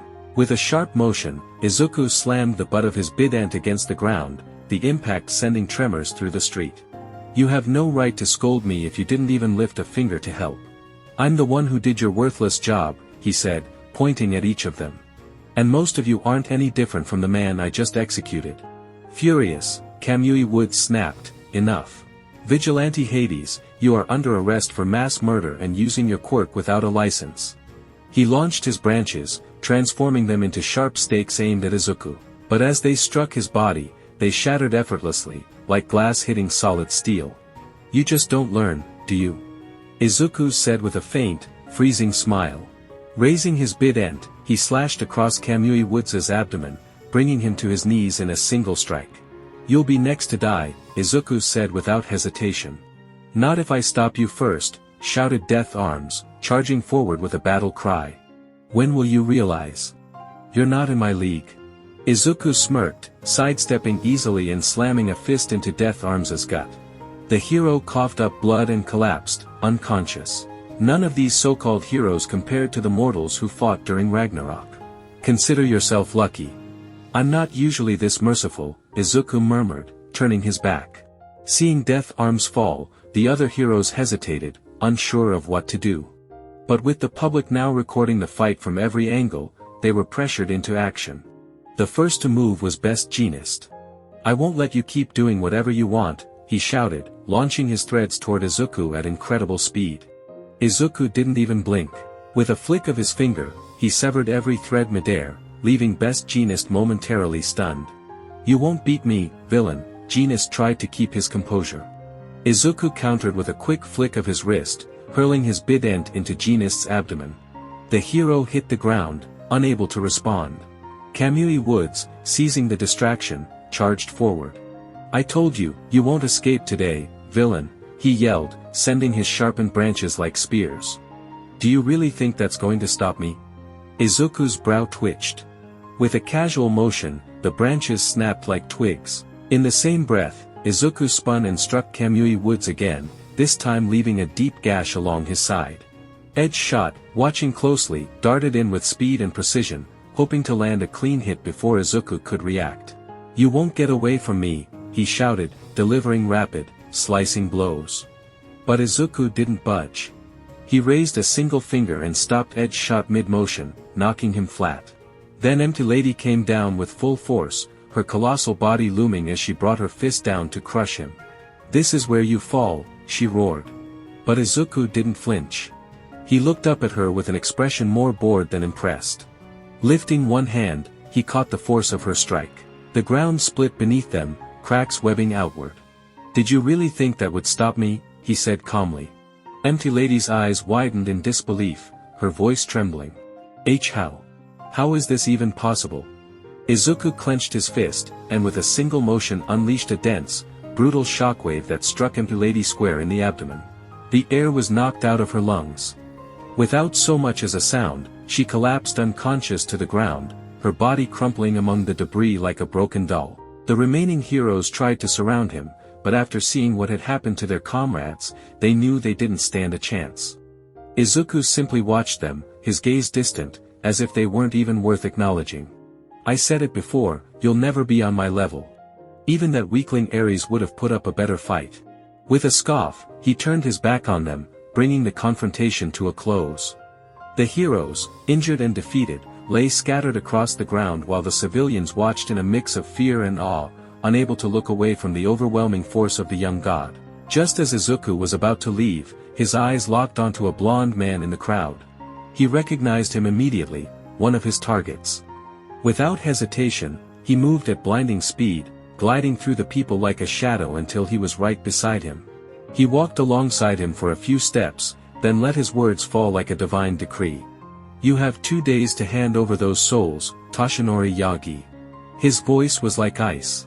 The man froze, completely paralyzed. By the time he turned to react, Izuku was already walking away, and in an instant, his figure was engulfed in black flames before vanishing into the air. Toshinori swallowed hard. "Souls. What does he mean by that?" he muttered, confused and deeply uneasy. "This isn't something I can ignore. I have to speak with Nizu." Far away, in a secluded cabin, the white-haired god had returned, greeted by his three-headed hound. Upon entering, the king of the underworld collapsed into his chair, letting his bident fall to the floor without a care. "Well, at least I found the souls. Now I just need to track down that human, and once I do, I'll kill him and take his soul along with the other 7. With that thought, Izuku decided to rest. It had been a long day for the young god. Hours after the incident with the sludge villain, a private room was filled with several pro-heroes, gathered around Principal Nizu, who wore a rare serious expression as he reviewed documents spread across the table.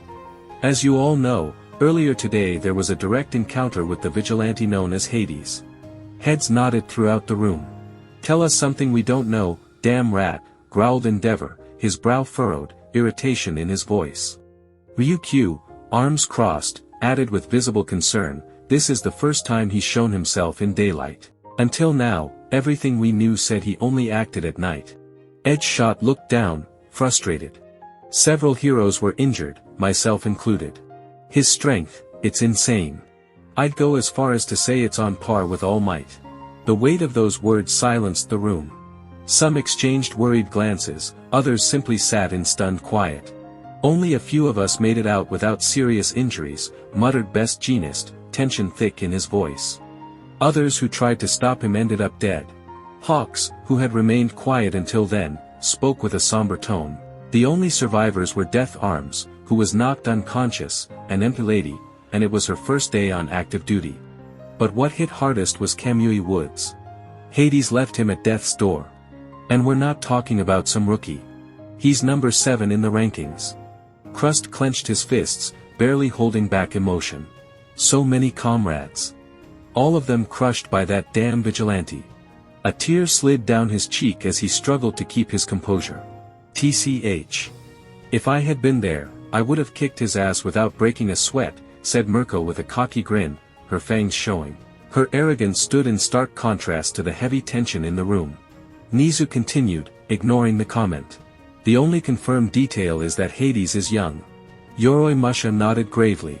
"We know that thanks to the eyewitnesses. Still, it didn't seem like he wanted to harm civilians." "That doesn't make him any less dangerous," Sir Night Eye replied coldly, not lifting his eyes from the reports. "He doesn't just kill villains.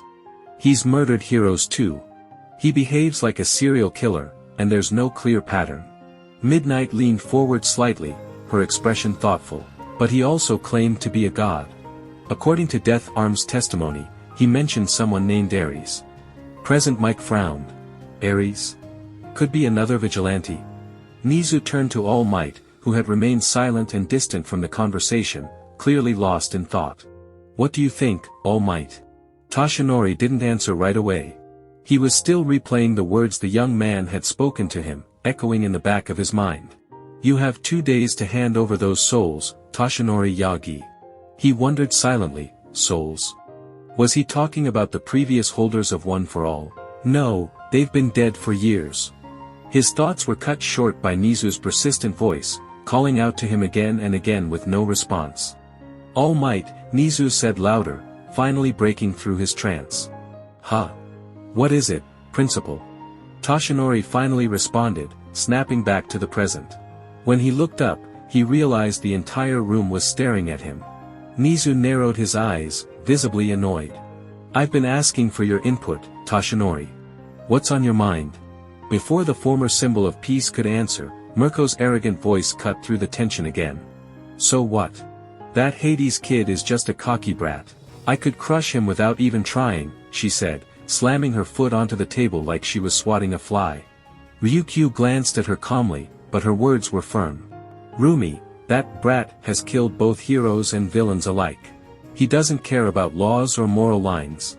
And the worst part, we don't even know if he's shown us his full power yet. The rabbit heroine clicked her tongue in annoyance and sat back down, saying nothing more. Edgeshot crossed his arms, trying to ease the rising tension. We shouldn't panic. We still have All Might, the strongest of us all. Yoroi Musha shook his head. That doesn't change the fact that we're facing an opponent unlike any we've seen in decades. Sir Knighty, skeptical and cold, murmured, I doubt he's a real threat to All Might. At the end of the day, he's just a kid. Then, All Might spoke, and his words sent a chill through the entire room. I stood face to face with him. Silence fell like a curtain. Endeavor stood up sharply, stunned. What? You were face to face with him and didn't stop him? Why didn't you? Sir Knight demanded, disbelief written all over his face. He's just a kid. Toshinori looked away, as if the answer was too difficult to put into words. He didn't feel like any kid I've ever seen. Hawks narrowed his eyes, curious. What do you mean? Standing in front of him, felt like staring at death itself. I felt like I was in danger. Mirko scoffed, almost laughing. You're telling me you were afraid of a kid? You? The strongest of us all. All Might shook his head and slowly raised a trembling hand in front of his face. You don't get it, Mirko, his presence, it was like standing before something far beyond me. As if he wasn't even human. The room fell completely silent. The idea that someone stronger than All Might could exist was something none of them wanted to believe. But Endeavor, standing in the corner, let a small, dark smile curl on his lips. Stronger than All Might, huh? He thought, as a spark of ambition ignited behind his eyes. Ryukyu, visibly shaken, broke the silence. Are you saying, there's someone more powerful than you? Is that even possible? I don't know, the blonde admitted, his voice slightly subdued. But what I felt in that moment was real. We shouldn't underestimate that boy. Nizu closed the folder in front of him. This is more serious than we thought. We need to stay alert. What do we know about his quirk? Hawk stepped in immediately. Based on reports and testimonies, he has at least 3, one involving black fire pyrokinesis, another with overwhelming strength, and a third that gives him superhuman speed. There are also claims that he has a 4th, invulnerability, since neither quirks nor weapons seem to affect him at all. How the hell does that brat have so many quirks? Snapped Mirko, slamming her fist on the table. All Might remained silent, Hawk's words echoing in his mind. 4 quirks. White hair. And that look in his eyes. Could he be a descendant of All for One? But, that would be impossible, wouldn't it? He thought, a chill creeping down his spine. Hours later, the meeting room had cleared. The echo of heroes debating lingered faintly in the halls. Only 3 figures remained at the table, Toshinori Yagi, Nizu, and Sir Knight. The silence was thick as the other 2 watched All Might's hands tremble slightly. Nizu tilted his head, wearing that ever-calm expression that hid 1,000 thoughts. What's troubling you, All Might? Toshinori took a deep breath before answering. There's something important I need to tell you, about why I didn't stop Hades. Sir Knight narrowed his eyes. I still don't get it. He was just a kid. He shouldn't have been a real problem for you. I already told you I felt like I was standing in front of someone far beyond me. Toshinori's voice grew heavier, and then he revealed the deeper truth. But there was another reason. My time with One for All had already ended. Sir Night-Eye nodded slowly, as if that answered part of the puzzle. I suppose that makes sense. Is there anything else? Asked Nizu, his sharp tone always seeming 2 steps ahead of everyone else. All Might nodded. He said something I can't get out of my head. He told me I had 2 days to deliver certain souls. Souls? Repeated Night-Eye with a frown. Nizu narrowed his eyes, as though a puzzle piece had just clicked into place. Could he be referring to One for All? That's impossible. No one outside the inner circle even knows about One for All, Night-Eye replied, his voice colder than usual. What if he's a creation of All for One? Nizu suggested. That was my first thought, Toshinori admitted, folding his arms in exhaustion. But All for One died years ago. Although his eyes grew hard, that I came to another conclusion. Hades might be a relative. He has white hair, that damn superiority complex, and more importantly, multiple quirks. Nizu exhaled and shut his eyes briefly. Are you saying he has All for One? That would explain why physical attacks and quirks don't affect him. Plus the number of abilities he has, muttered Night-Eye, more to himself than to the others. If he's related to All for One, this situation is far worse than we imagined, concluded Nizu, clenching his small hands on the table. You said he gave you 2 days. Did he tell you where to meet him? Toshinori lowered his gaze and shook his head. No. He just said he'd see me again. And I felt, he meant it.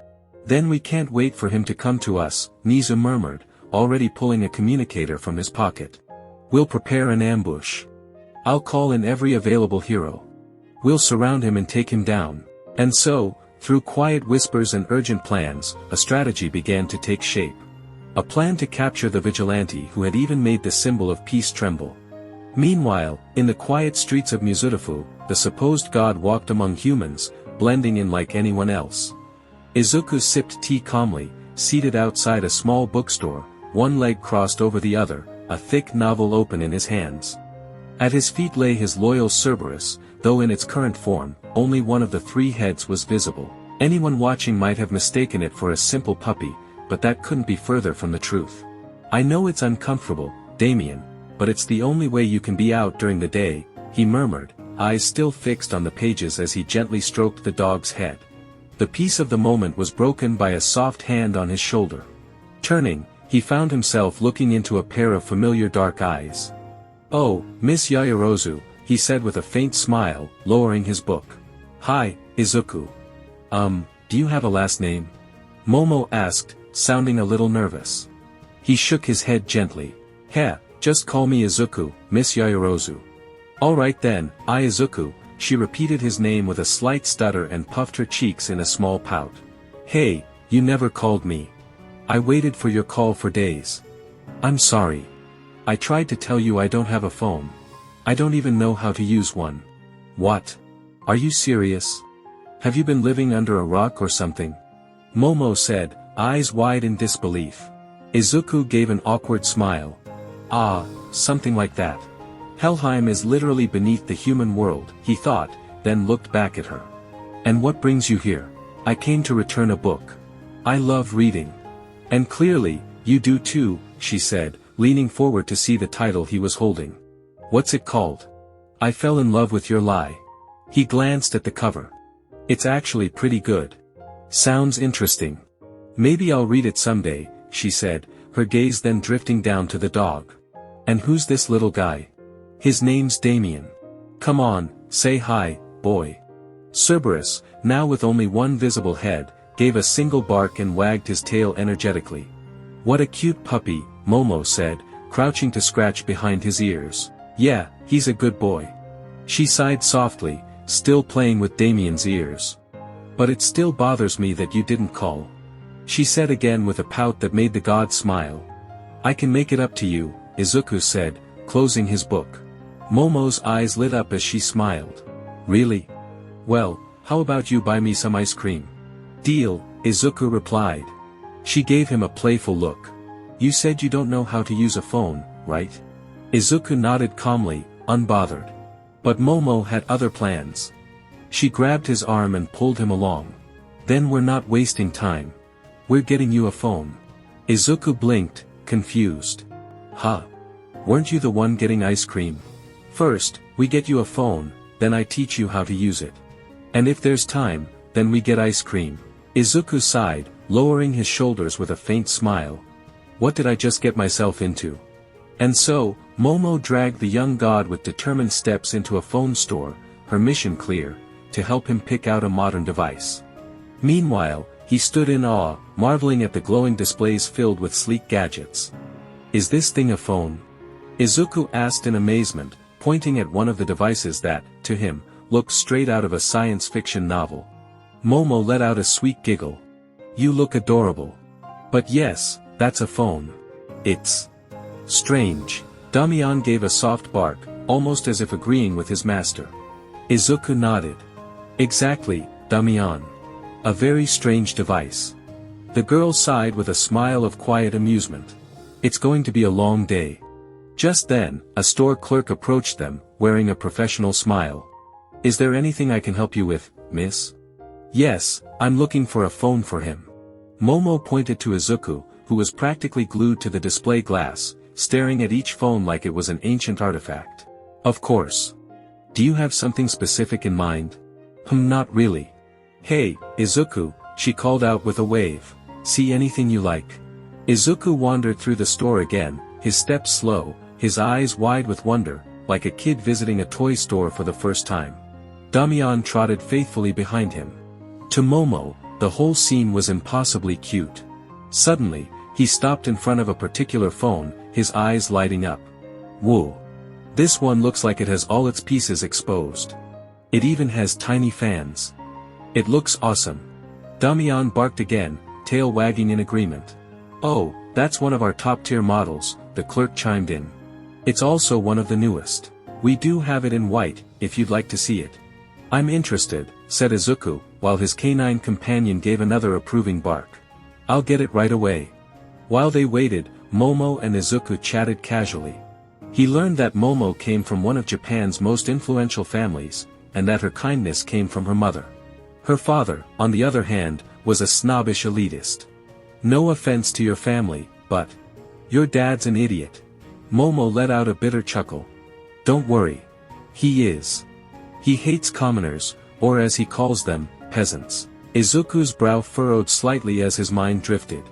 Maybe someone needs to teach that fool a lesson. And what annoys me the most, Momo continued, pressing her lips together, is that he keeps insisting I marry someone I don't even like. Aren't you a bit young for that? Izuku asked, raising a brow, both confused and genuinely concerned. I am. But he thinks it's necessary to elevate the Yaoyorozu name and make our bloodline more famous. He only cares about the damn money. Izuku clenched his jaw slightly, trying to keep his irritation in check. Enjoy your freedom. Because when you reach my realm, there's a nice surprise waiting for you. Far away, in the opulent Yaoyorozu estate, Momo's father sneezed abruptly while savoring a steak covered in gold flakes. Kami. She must be singing my praises right now. His wife, sitting across from him, let out a sarcastic chuckle. Oh, absolutely, she muttered under her breath, her smile as forced as her husband's hairstyle. She loved him, but some days she wished someone would give him a well-deserved slap of reality. Back in the phone store, Damian, who had been lying calmly on the floor, let out a low growl, as if he had understood every word. Looks like Damian doesn't like your dad either, Izuku said casually. Most people don't, Momo sighed, right before Damian rested his head on her legs. Seems like he wants you to pet him. Izuku smiled softly. Oh, really? Momo smiled and crouched down to scratch behind his ears. Want some love, little guy? Huh? Who's a good boy? Yes you are, you're a good boy. As Momo petted him, Damian quickly gave in. He flopped onto his side and showed his belly without a trace of hesitation. Momo squealed gently, scratching his belly with care. Aw, Damian's a sweetheart, she murmured with affection. So precious. Izuku watched with a faint smile. You're lucky. This is the first time he's let anyone else, besides me or my mother, touch him. He's been like that since he was a pup. Momo looked up, curious. Really? How long have you had him? Since I was a child. Damian and I basically grew up together. He was. Izuku's voice lowered slightly. Got the last gift from my father. She was about to respond, but at that moment, the clerk returned holding a small box. This is one of our latest models. We have it in black and white, which would you prefer? Izuku looked at both options for a moment before deciding. I think I'll take the black one. Very well. That'll be 128,909 yen. Sure, I'll. Momo began, but her voice froze mid-sentence when she saw Izuku pull out a small leather pouch and casually place a couple of golden coins on the counter. Will this be enough? The white-haired boy asked innocently. Momo was speechless, her eyes wide. Are those tetradrachms? She thought, stunned by the sight of the ancient coins laid out like spare change. The clerk also stood frozen for a moment before stammering out a response. I think that's more than enough, she managed, her voice trembling, eyes locked on the coins. It didn't take a genius to know they were priceless relics. Keep the change, Izuku added, taking the phone and strolling out of the store with Damian beside him. Momo, still in shock, hurried after him, catching up just as he was studying the phone, turning it around like it was some kind of mysterious artifact. Hey, she exclaimed, grabbing his shoulder. Where did you get those tetradrachms? Do you have any idea how much those coins are worth? Izuku turned to her with a calm expression. Don't yell. And don't worry. I've got billions of them. He said it with the same casual tone someone might use to say they had a bus pass. Wait. Billions? She shouted, following him while her mind tried to process what she'd just heard. You could say it's my fortune. And my family's. But those coins were from ancient Greece. Are you saying you're from there? Yes. My blood is 100% Greek. He said it bluntly, as if it were the most ordinary thing in the world. Momo stared at him in silence, now brimming with more questions than she knew how to ask.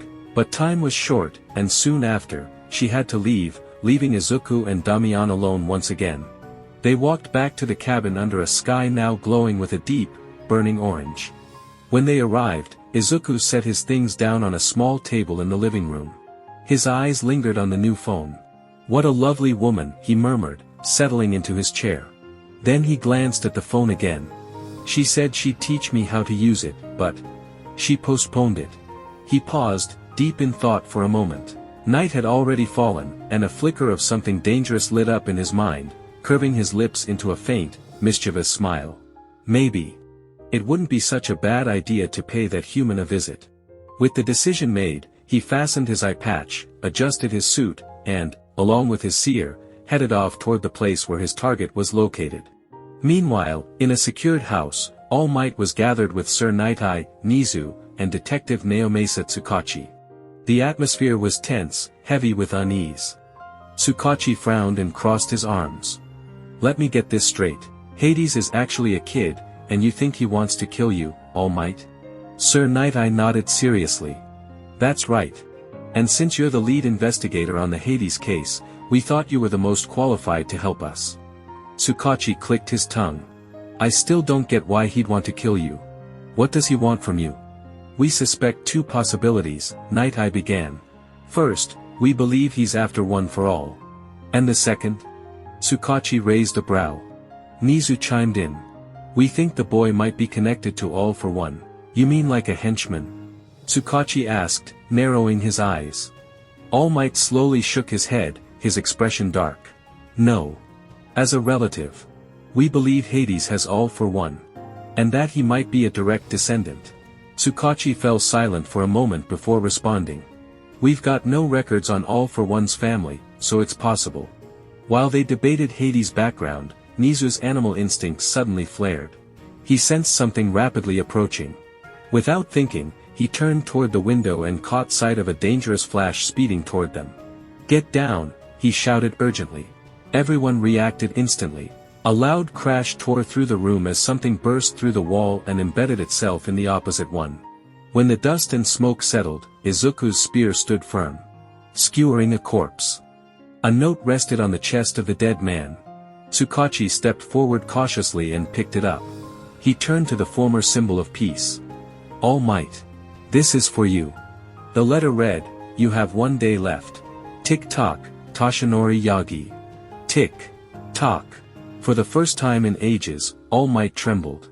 His eyes revealed a deep, genuine fear. Sir Knight, I tried to approach the spear.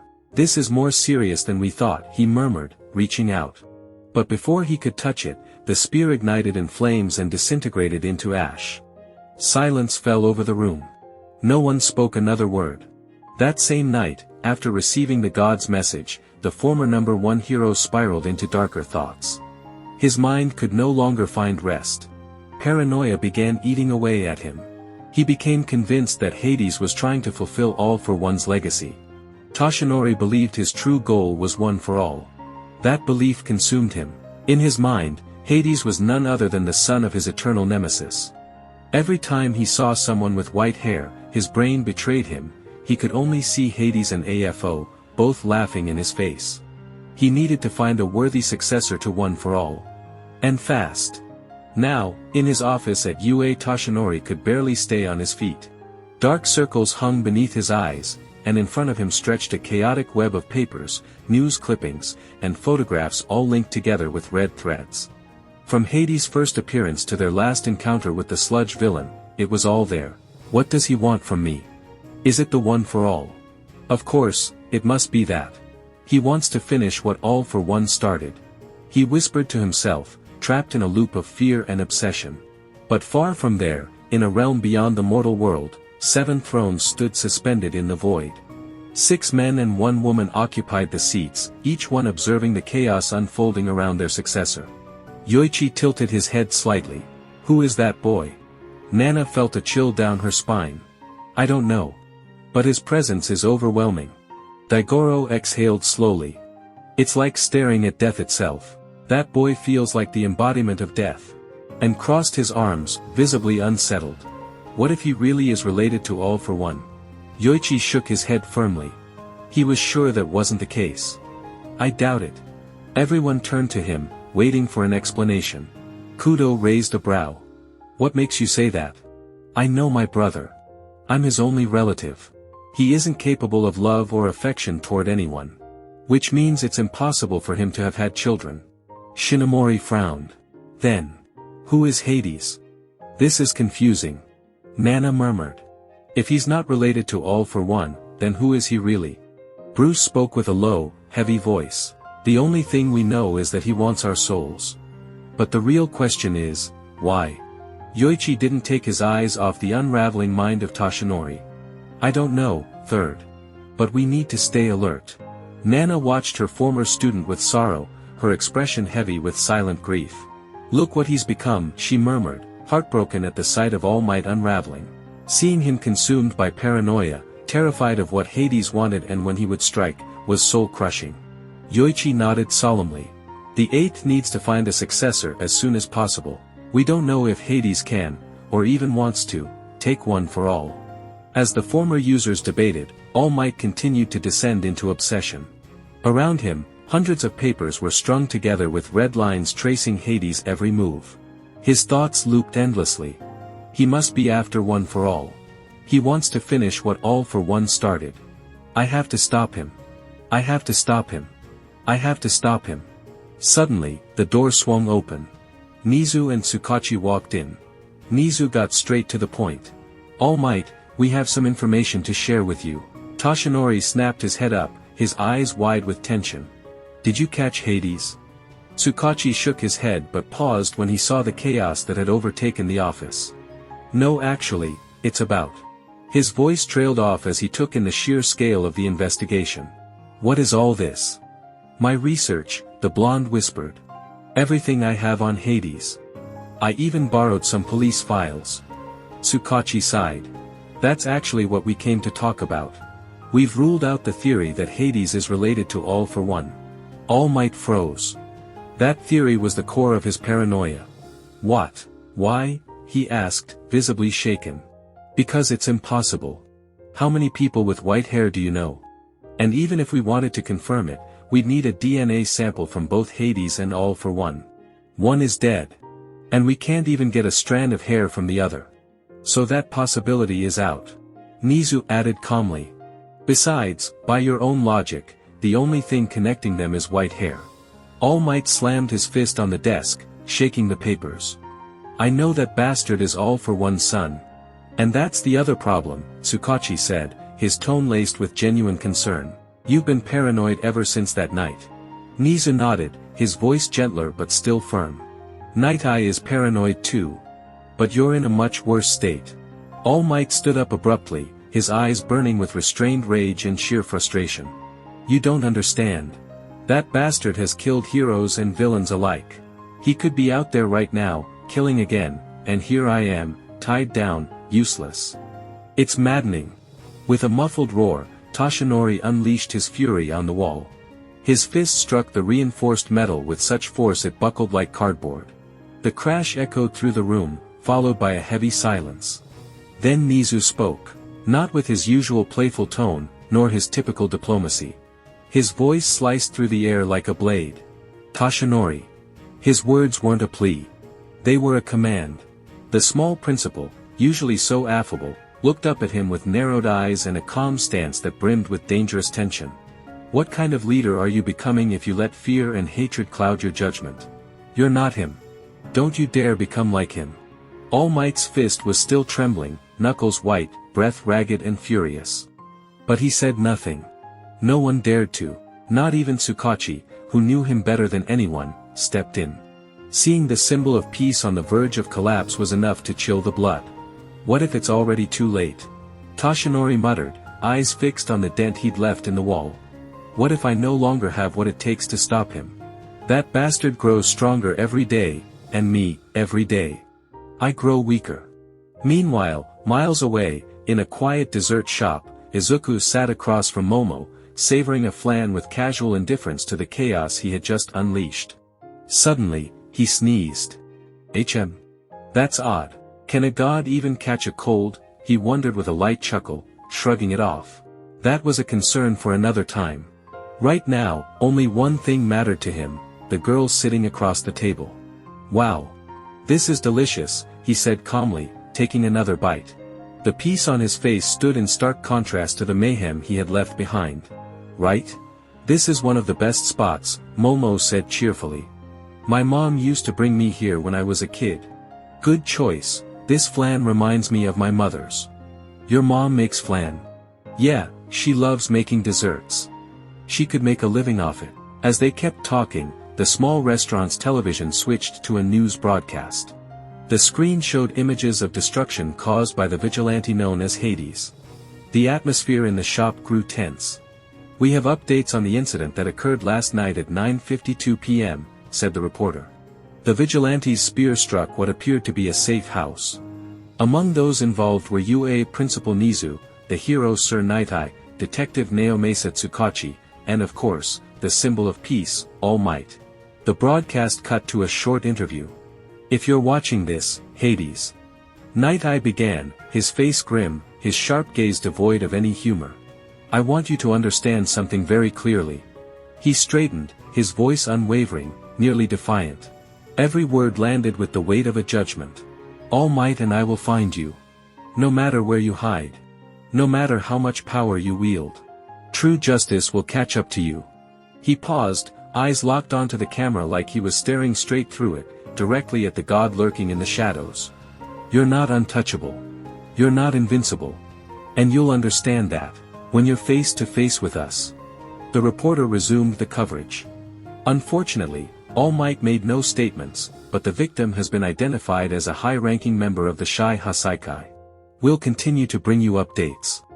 Momo watched closely, eyes glued to the screen, still processing the events from the previous night. Izuku, meanwhile, remained silent. His face was calm, but his thoughts swirled beneath the surface. So. They got my message, he thought, releasing a sigh that sounded more bored than anything. Toshinori Yagi better have those souls ready. His gaze sharpened, cold and precise. And then. There are those damn Yakuza. He remembered perfectly the unforgivable sin those men had committed. They had tortured an innocent soul. A child, broken inside, scarred by what they had done to her. Luckily, he had arrived in time. He found her a quiet home, a loving family in the countryside, and used his divine power to purge her pain from the soul. She smiled, for the first time in ages. I just hope she grows up happy, he thought, allowing himself a flicker of tenderness. But the emotion vanished as quickly as it came. His expression darkened again. His eyes, stormy blue, now burned with hatred. The ones who did that, still breathe. A flicker of fury passed through his gaze. Tonight, he would end whatever scum remained. I don't get why some people support that vigilante, Momo said suddenly, pulling him from his thoughts. What he does is illegal. Izuku raised an eyebrow. Illegal? He uses his quirk in public. He doesn't have a license. And he kills villains and heroes alike. A license? For what? To be a hero. I'm going to UA to get mine. He frowned, visibly confused. UA? Yeah, Momo said, giving a soft, slightly nervous laugh at his expression. It's the school where the best heroes graduate from. Never heard of it, he murmured, then turned his gaze back to her. And you? What do you think about Hades? He's reckless. What he does is horrifying, and he acts without any license. I see. Then tell me, what is justice to you? Justice is a moral principle that says everyone should live honestly. He stared at her in silence for a few seconds, then gave a faint, ironic smile. Did you get that from a dictionary, or is that what you believe? What do you mean? She asked, confused. Everyone has their own definition of justice. If this world's taught me anything, it's that some villains don't stop with a prison cell. Some never feel remorse. Then why not work for the government? Izuku sighed, eyes never leaving hers. Because I believe rapists and murderers deserve to die. And because I'll never be a dog for a system that's often worse than the criminals it tries to punish. Locking them up just gives them time to escape. Some fake good behavior and get released. It's better to cut the root. Momo sat there, lips slightly parted, trying to process everything she'd just heard. What are you getting at? Let's play out a scenario, he said, leaning back slightly. A villain attacks, kills people. A hero shows up, they fight, and in the chaos, more innocents die from collateral damage. The villain is caught. Escapes.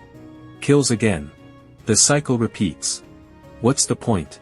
She remained silent, clearly unsettled. As brilliant as she was, she didn't have an immediate answer. I see. Everyone believes in their own version of justice, he continued, glancing at her. You can't force anyone to think the same way you do. She looked away, trying to lighten the mood. So, how have you been? Any trouble with your phone?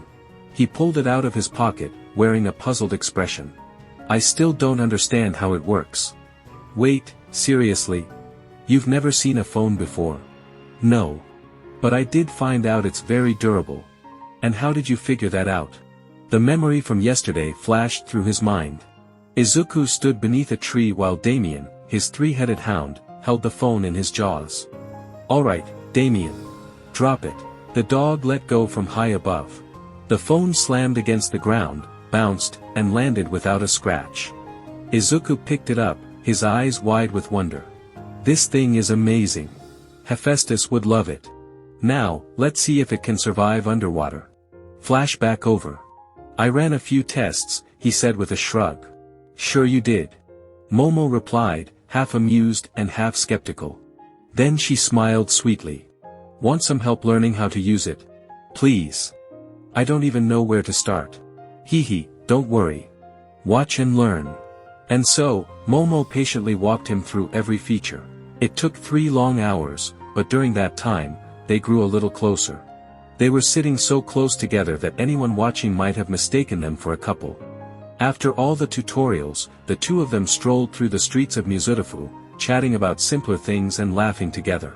For now, the young god left his burdens behind, and just enjoyed the moment. So UA is a school? Izuku asked curiously, hands in his pockets as they walked. Yeah, actually, All Might graduated from there. I see, and you're going there. Yup. I got in by recommendation, which means I only need to take the written exam, not the practical one. And what's in the practical? Not totally sure. They say it takes place in a simulated city designed to test our skills. Doesn't sound very exciting. Hey, why don't you take the test? I don't remember much from that night, but you took out 5 guys and walked away without a scratch. Becoming a hero doesn't appeal to me. I've got something better, the role my father once held. Seriously? Not even a little bit interested? Not at all. Alright, if you say so. Momo muttered, clearly disappointed. Izuku just smiled to himself. Why be a hero, when you're already the king and god of the underworld, he thought calmly, walking beside her like there was no weight on his shoulders. So, what are you going to be then? You're 16. Are you really sure you don't want to be a hero? Absolutely. Okay, if you say so. Do you have plans for tonight? I'm thinking of going to a book fair. I'd love to, but I've got something to take care of tonight. Maybe tomorrow. Oh, sure. No problem. She replied, trying to hide her disappointment, though a tiny spark lit up in her eyes at his last words. Izuku glanced sideways and caught the subtle sadness in her face. I promise I'll see you tomorrow at the fair, Miss Yaoyorozu. So don't make that sad face.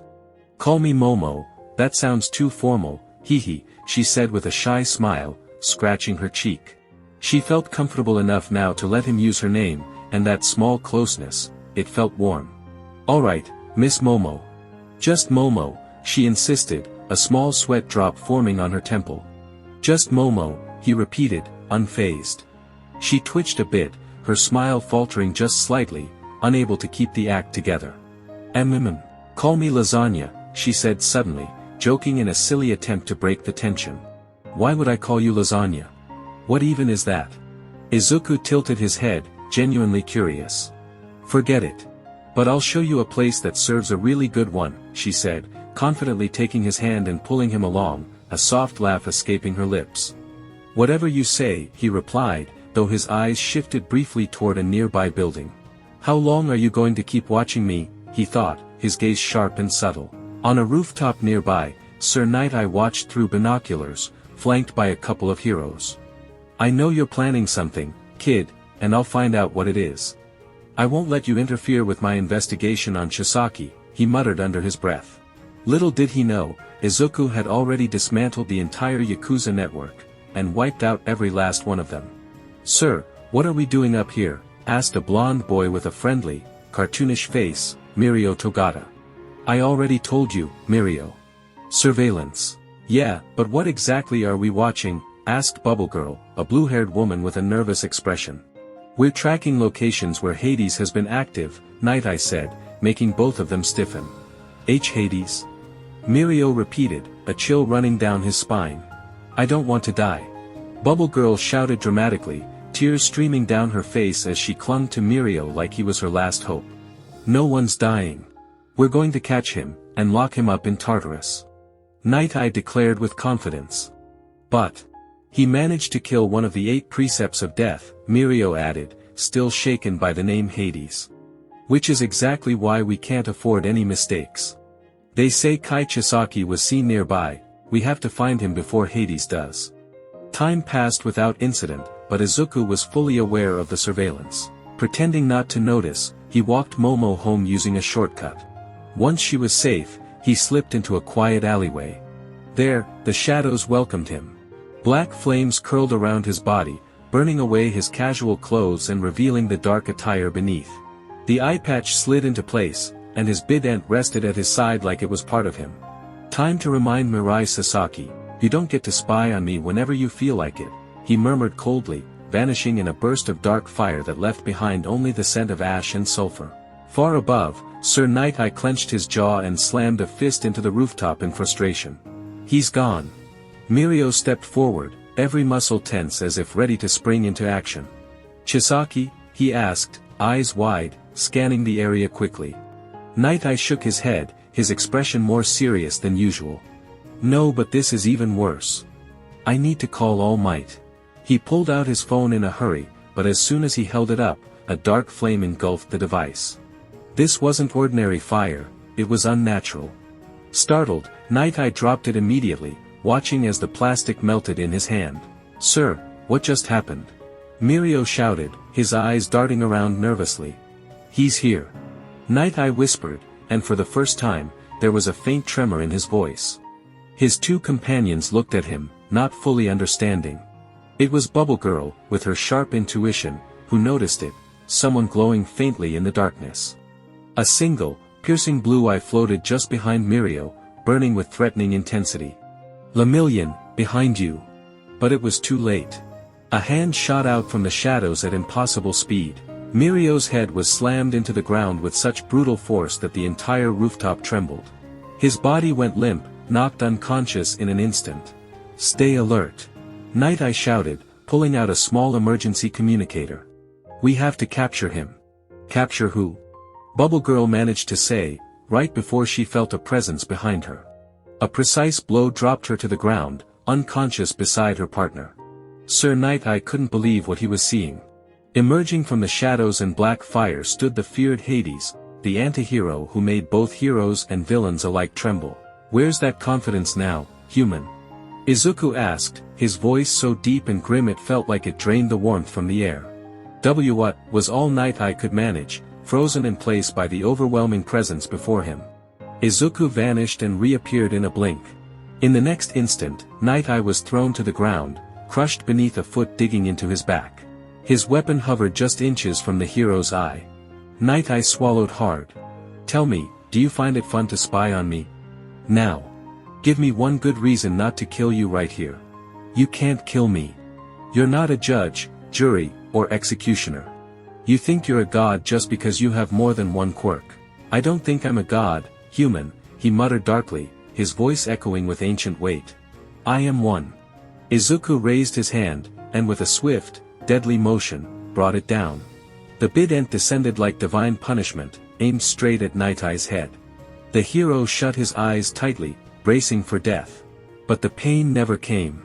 Only the dull, metallic thud of the weapon striking concrete echoed out. Night Eye opened his eyes slowly, trembling. The blade was embedded in the ground, barely a few inches from his skull. He could still feel it vibrating, like death had brushed against his soul. Izuku leaned in, his eyes glowing with otherworldly light.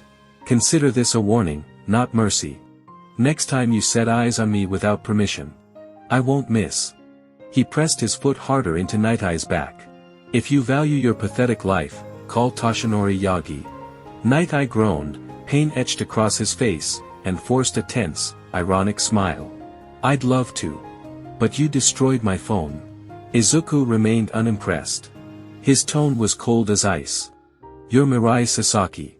I know you carry a backup. Use it. Tell him I'll see him tonight. And he'd better bring me those souls. And if I don't?" Izuku tilted his head slowly.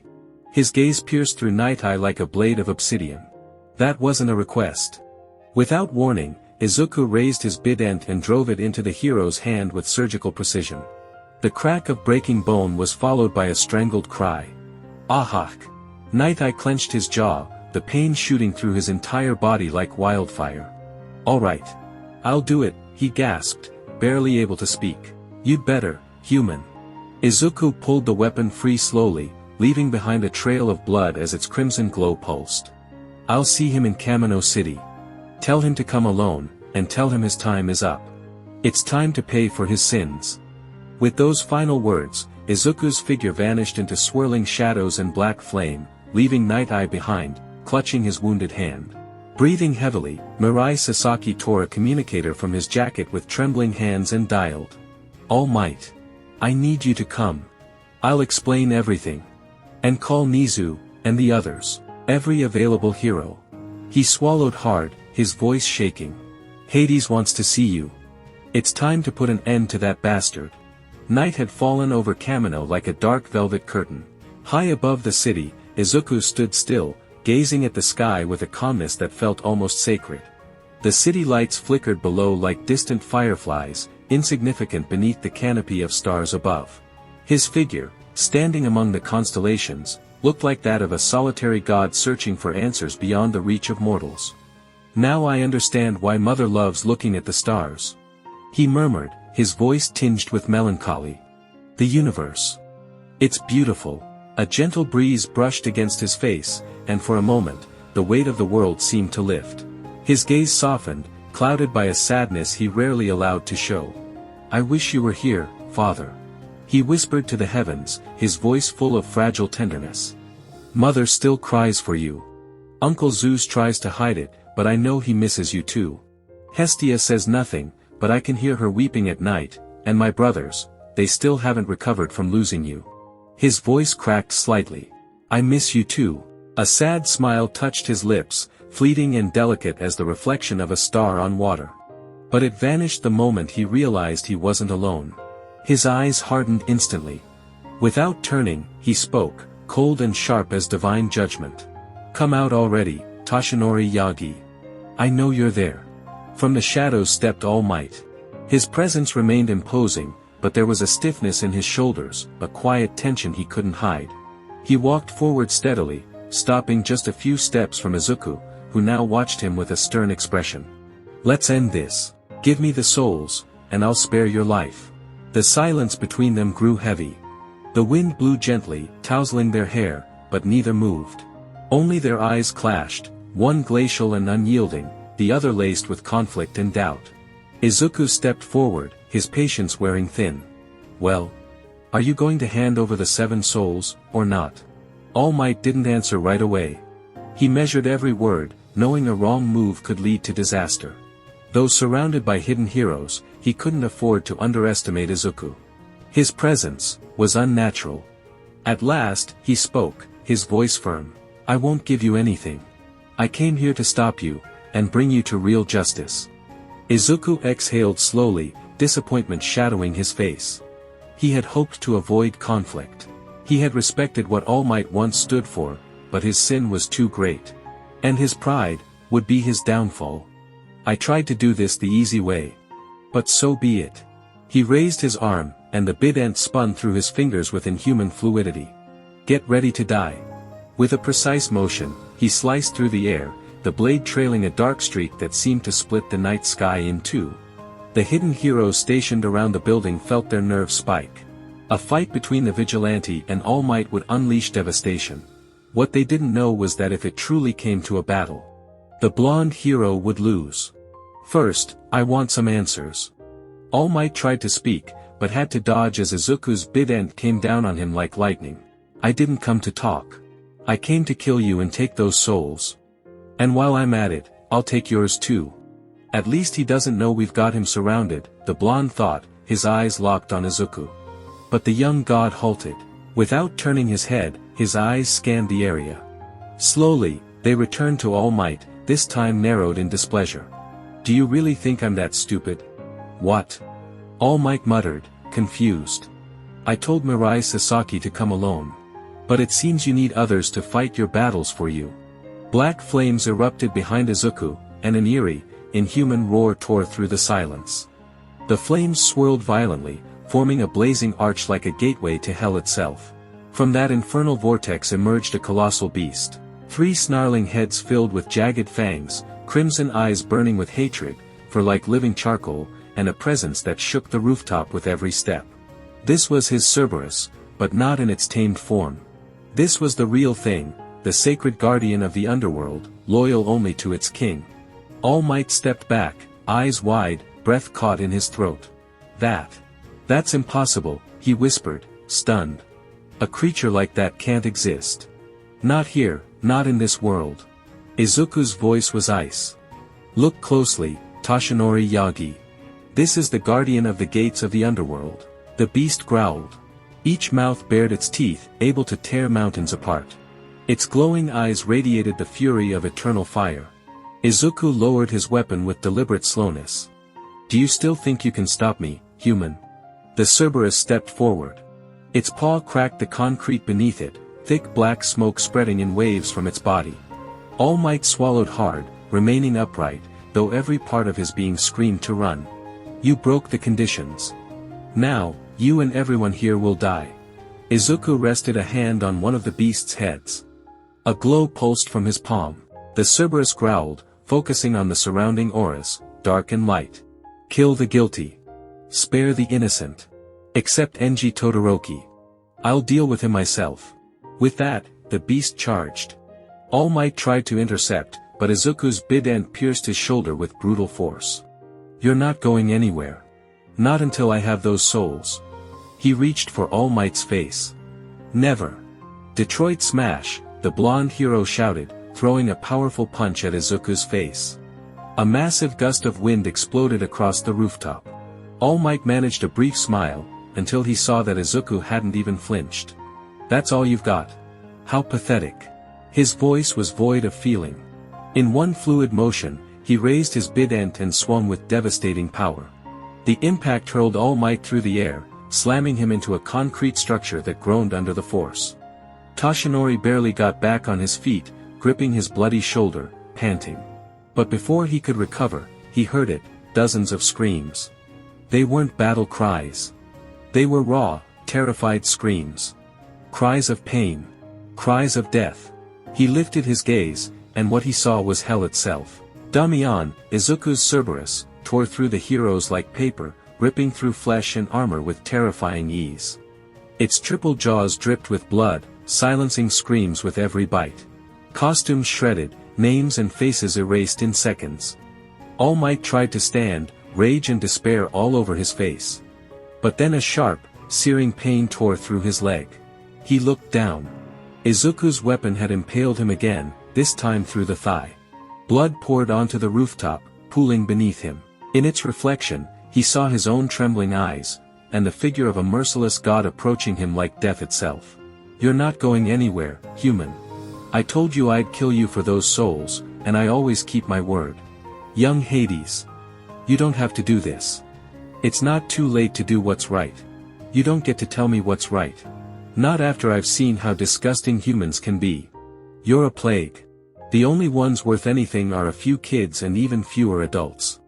But you're human too, All Might muttered, weak from blood loss. I'm not human. Meanwhile, the Cerberus followed Izuku's command to the letter. It mauled heroes, sparing only a few by knocking them unconscious. With its left head, it breathed icy wind, freezing several heroes solid and killing them from the cold. With its right, it spewed fire, reducing others to ash. That thing's slaughtering thousands of us. What do we do? Shouted Ectoplasm. Isn't it obvious? We kill that thing, no matter what, Hawks replied.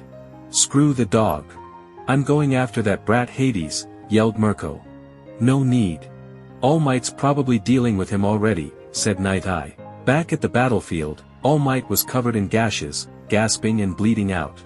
In front of him stood the young god, watching him in silence. His face showed no satisfaction, only disappointment, as if the fight hadn't even been worth his time. You're wasting my time, human. Just give me the souls and I'll let you live. No. I won't give anything to someone like you. Not after what your father was. Before he could continue, Izuku slammed him down and began stomping his head into the ground. You don't know me, human. And you sure as hell didn't know my father. He pressed harder with each word. Heh. Your father was a monster. He brought chaos and death wherever he went. And now you're becoming just like him. Just like All for One. Izuku paused, then laughed.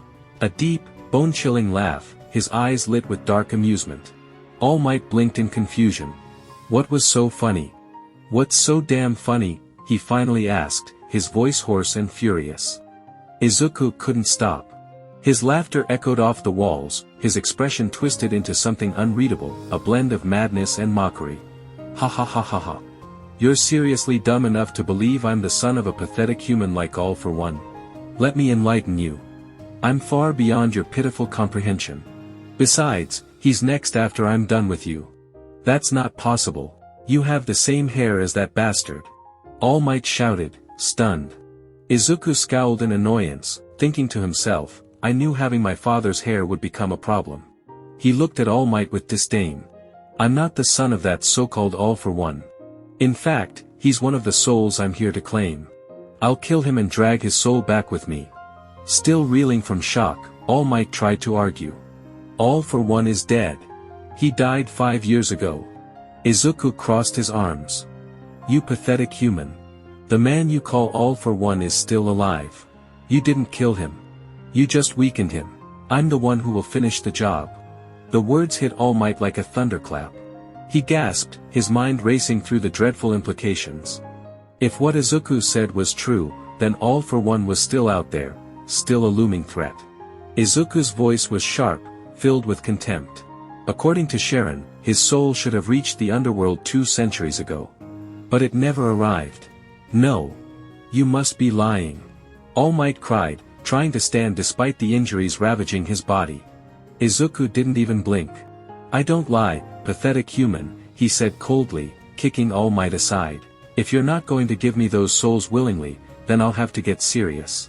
What? All Might stared at him in disbelief. You mean you weren't already using your full power? Izuku stared him down. You think I'd use my full strength against a weak human like you? Without another word, he reached back and grabbed his bident. All Might, trying to stay steady, muttered, "What are you doing?" Izuku didn't answer. He acted. Persephone. Stormbreaker. With that, he launched the attack at an overwhelming speed, aimed directly at All Might, who raised his arms in a desperate X-guard. I can take it, he shouted, though his entire body trembled from the effort. Meanwhile, in a nearby building, Damian continued his rampage, slaughtering hundreds of heroes. The area was littered with blood and corpses, a storm of death swirling wherever the Cerberus walked. Burn, you hellspawn! Endeavor roared, unleashing a torrent of fire. But Damian didn't flinch. He marched forward and swatted the pro-hero away with one powerful paw. Shit, there's only 3 of us left. Got a plan? Hawks asked, visibly worried. I'll distract him. Find his weak spot. Ryukyu shouted, exhausted but unyielding. You know, Night Eye, your foresight could really help right now. Hawks added, turning 2 feathers into blades. I'd use it, but despite being intelligent, that thing doesn't think ahead. It moves on pure instinct. That makes its actions nearly impossible to predict. Night Eye replied, analyzing everything with unsettling calm. Save the chatter. Let's deal with this thing. Ryukyu said, stepping out of hiding as massive wings unfurled from her back. Her body began to grow, skin shifting into armored scales as she assumed her dragon form. Now towering over Damian, she stood ready. Hey, mutt. How about picking on someone your own size? Damian growled, raising all 3 heads to glare at her. Not so tough now, huh? I don't usually hit animals, but I'll make an exception today. Ryukyu snarled, whipping her tail in a powerful strike.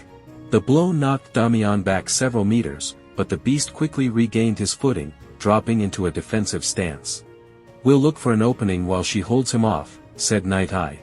You don't have to tell me twice. Hawks replied, eyes scanning the battlefield for any signs of weakness. Through dust and smoke, Mirko's body lay embedded in a shattered concrete wall. Her suit was torn, her blood streaked down her arms and legs. Her bones, every one of them, were broken. She couldn't move. Breathing hurt. Damn Hades, she rasped, coughing up blood. Her lips curled in a defiant smirk, not out of fear but fury. Her eyes, usually blazing with passion, had dimmed. No spark, no fight. She'd been overconfident. She thought brute strength would be enough. She was wrong. The memory of Cerberus tossing her like a rag doll burned into her skull. Pain echoed through her every nerve. I swear. I'm gonna turn you into a hot dog, she whispered with one last crooked grin. Then, everything went dark. Her body remained limp, buried in the ruins, while the wind swept through the wreckage, stealing away her final vow like a secret no one heard. Elsewhere, Damian's form ignited in flames, shocking the remaining heroes. His body swelled, hide toughening, spikes emerging from his joints and mouth. A blue glow pulsed beneath his skin. His tail transformed into a serpent, glowing eyes and radiant fangs included. Fully transformed, he now matched Ryukyu in size. The monster roared, shaking the air itself. Ryukyu flinched for just a second, but she didn't back down. She roared in kind and charged. Their claws clashed in brutal combat. Though she struck with precision, Damian blocked everything. With his 2 side heads, he clamped onto her arms. Shit! Ryukyu growled as the beast's teeth dug deep into her scales. The central head lunged for her face, but she barely dodged. The serpent tail, however, wrapped around her throat and sank its fangs into her neck. Poison spread instantly. Her scales blackened at the point of contact. Ryukyu screamed, her body convulsing as the venom ravaged her system. How the hell are we supposed to beat that thing? Hawks yelled, watching in horror. All Might will come. He'll help us, Night Eye said, though doubt lingered in his voice. You really believe in him, huh? But we need. Hawks didn't finish. Something dropped in front of them. Both heroes jumped back. Their eyes widened. All Might? Night Eye whispered, stunned, seeing the symbol of peace lying broken on the ground, his suit shredded, his body drenched in blood. Looks like your god just got taken down, Hawk said, half in disbelief, half in bitter irony. Come on, All Might. Get up, you beat Hades, right? Night Eye said, trying to convince himself more than anyone. From the shadows, Izuku's voice echoed with disdain. Did you really think someone like him could defeat me? He stepped forward, emerging from the darkness. The heroes braced themselves as he calmly approached. Well, someone had to try, right? Hawk said, resigned, as he braced himself for what was coming. Night Eye, shouting with fury, stared at the young god. How could a brat like you defeat All Might? That doesn't matter. Move aside or die. Hawks gave a warning. You do realize you're about to piss off the Public Safety Commission, right? Izuku barely reacted. You think I care? I just want 8 souls, and then I'll leave.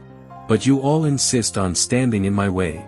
With disdain, Night Eye shot back. You're going to face real justice. This is nothing but senseless slaughter. Believe what you want. I don't care. But remember, all of this is your fault, Mirai Sasaki. Hawks, confused, pointed his sword at Izuku. Night Eye, what the hell is he talking about? Night Eye, clearly baffled, replied. How is any of this my fault? Did one of your little minions tip you off that we were coming? No one told me anything, idiot. I noticed Toshinori Yagi and I weren't alone. I saw all your souls surrounding us. The young god stepped forward slowly. The sounds of Ryukyu and Damien's ongoing battle echoed in the background as the heroes stepped back. If you hadn't called in the rest of these pathetic heroes, all this bloodshed could have been avoided. But you chose to ignore my warning. You're the one who sent them to their deaths. Now live with that. Hawks had had enough. Enough talking. I'm ending this now. He lunged forward, sword drawn, but Izuku swatted him away with a single blow, knocking him out cold. Izuku turned his gaze to his companion. Damien. Stop playing. End it. Ryukyu barely had time to react.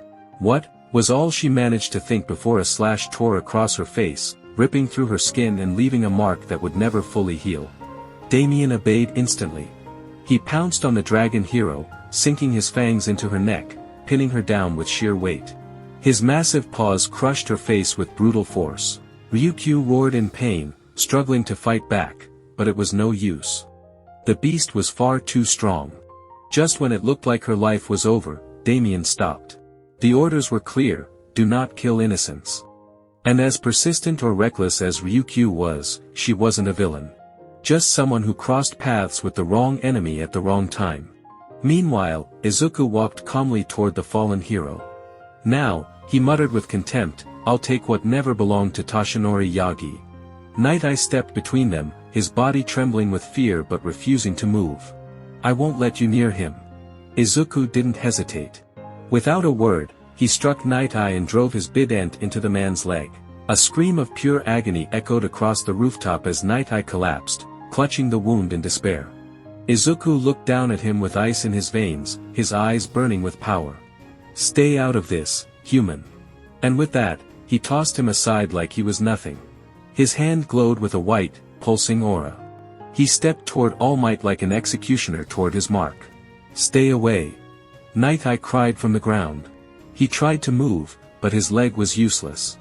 All he could do was watch as the young god placed his glowing hand on Toshinori's face. The white light flared.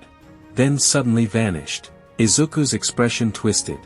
His fury began to rise, uncontrollable. He grabbed All Might by the neck and lifted him effortlessly, bones crunching beneath his grip.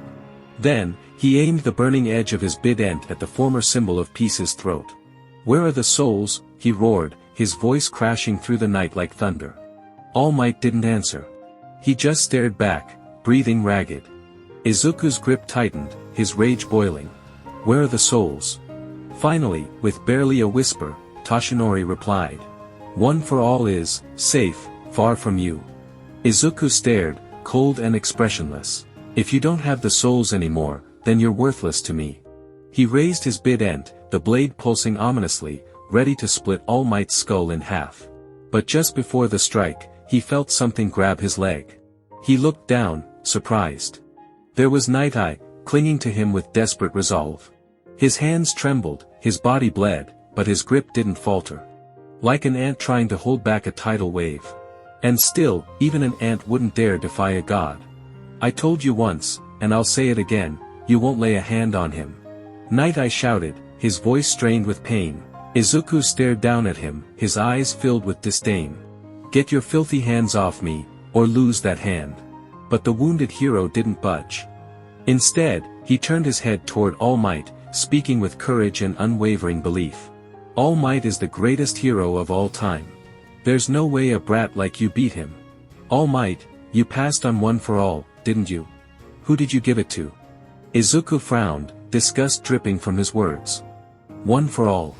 Is that what you call those souls? Barely conscious, Toshinori managed to speak through bloodied lips. Yes, but now it's far from you, you'll never find it, and I'll never tell you anything. Izuku smiled, but it was anything but kind. It was the grin of a predator who already knew it had one. I don't need you to. I know that power isn't just strength. It's a vessel of souls, spirits that should have found rest. And you dared to defy death. That's unforgivable. Night Eye narrowed his eyes. What are you getting at? Izuku didn't look at him. He kept his gaze on All Might. As long as that power carries souls, I'll know where it is. Their fates are sealed. You can't hide them. Night Eye turned pale. That's impossible. Izuku shot him a scornful look. Maybe for you, pathetic humans.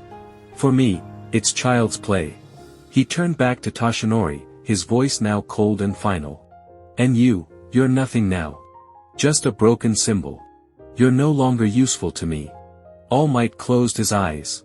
He was ready. If he died here, at least his soul would join the heart of One for All. He'd be with his successor. But the blow never came. Instead, a sharp metallic sound rang out. A brittle snap, like a sword breaking. Izuku paused, narrowing his eyes. Toshinori turned his head, curious. Night Eye held a shattered katana. The blade had snapped completely. Izuku raised an eyebrow. His patience was thinning like smoke in the wind. You just don't learn, do you? Night Eye said nothing. The blade had splintered the instant it touched Izuku's skin. He was trembling, but he still didn't back down. What's wrong? Izuku asked, a mocking smile on his face.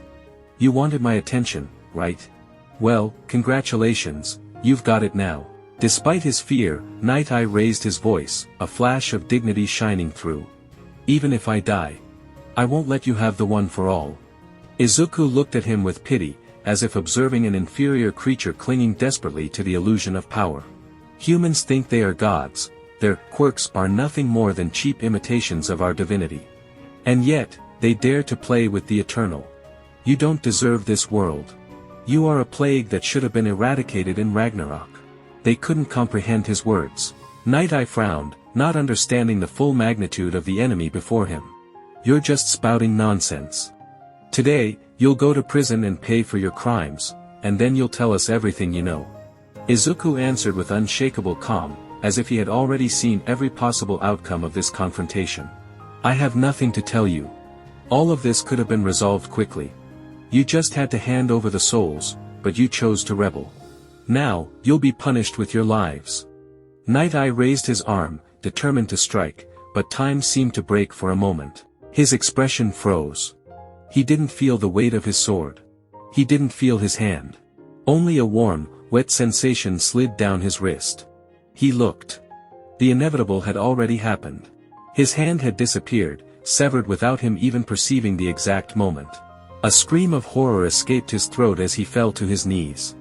Before him, the god stared at him without a shred of emotion, the trident still dripping with the blood of his sentence.